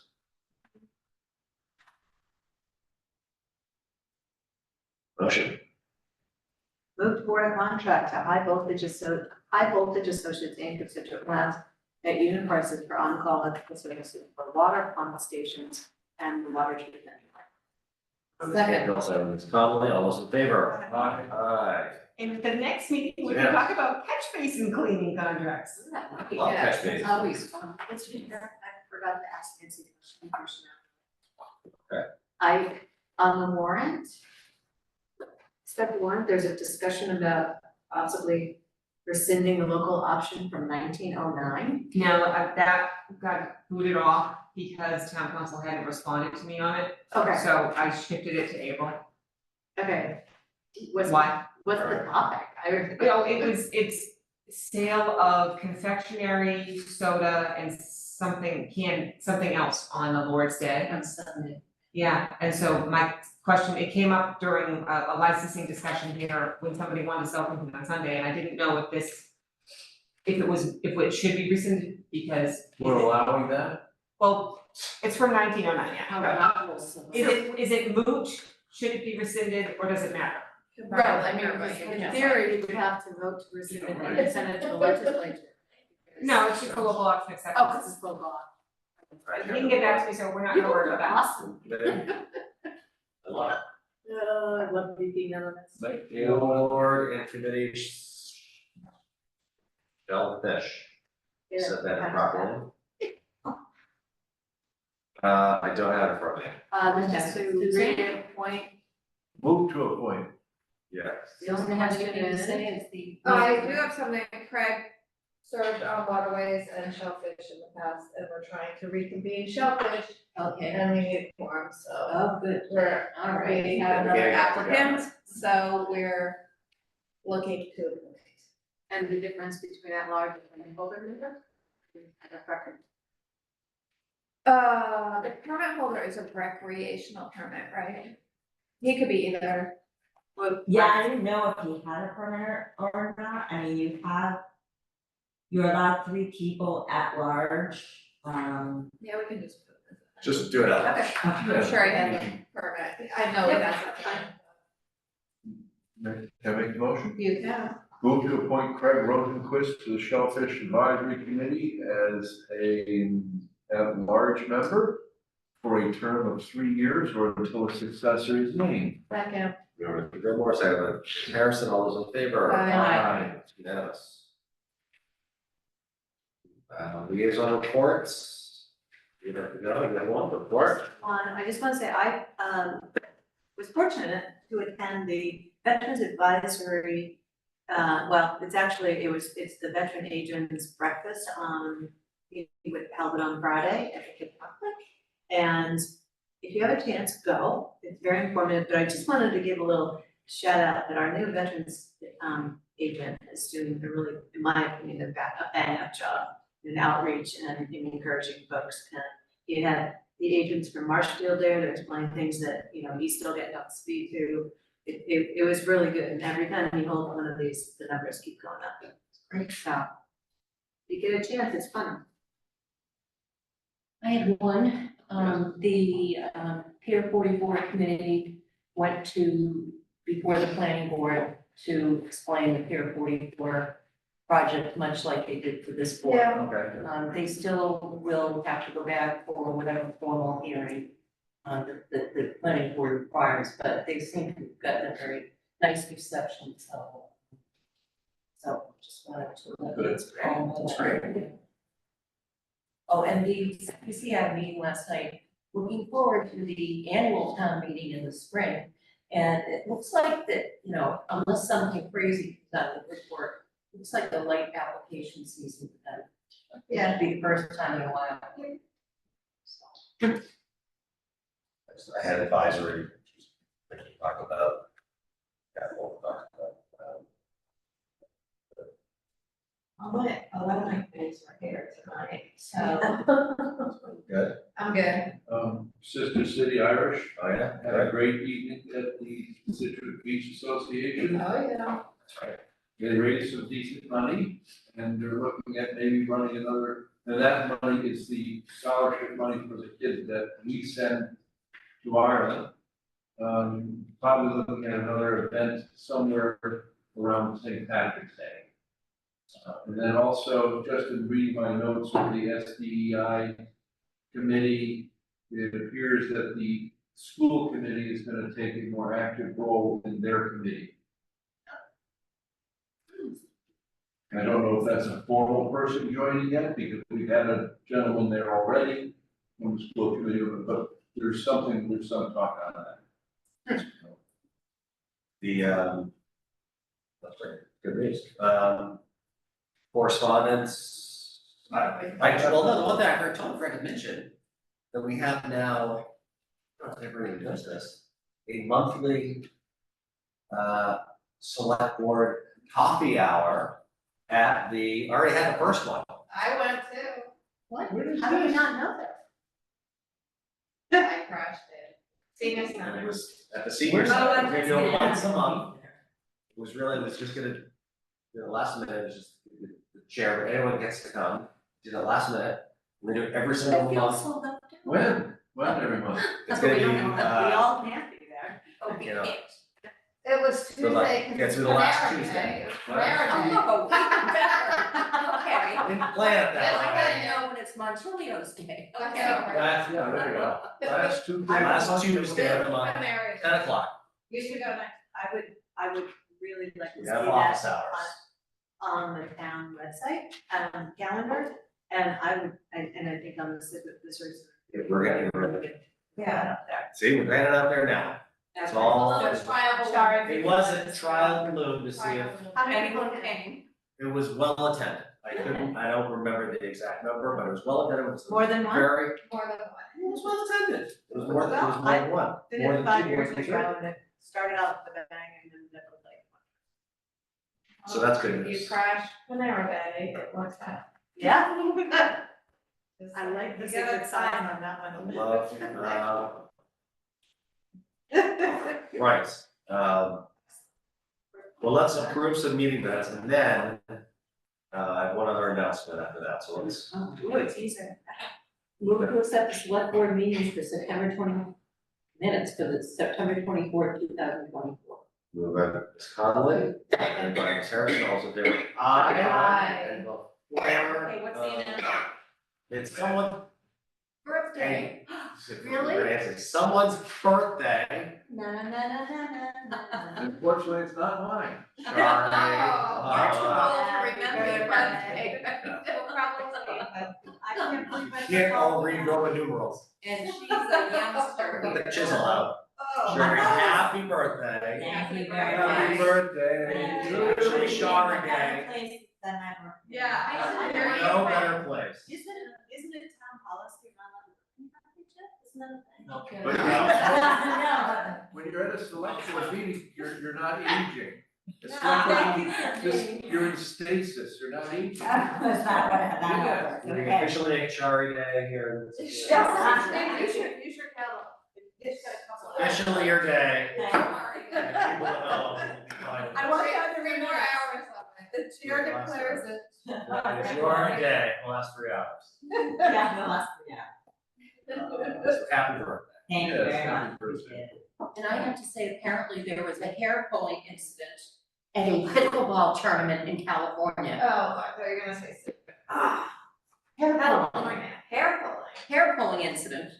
It On came the across corner my of phone, I'm like, On the corner of. Oh, you got a news alert after that? yes. Yeah, hey. You got motion some to like, adjourn. let's wrap it up. My phone says it's time for bed. Yeah, Yeah. motion to adjourn. Second. Moved by Scott, seconded by Sarah, all those in favor? Aye. Motion unanimous.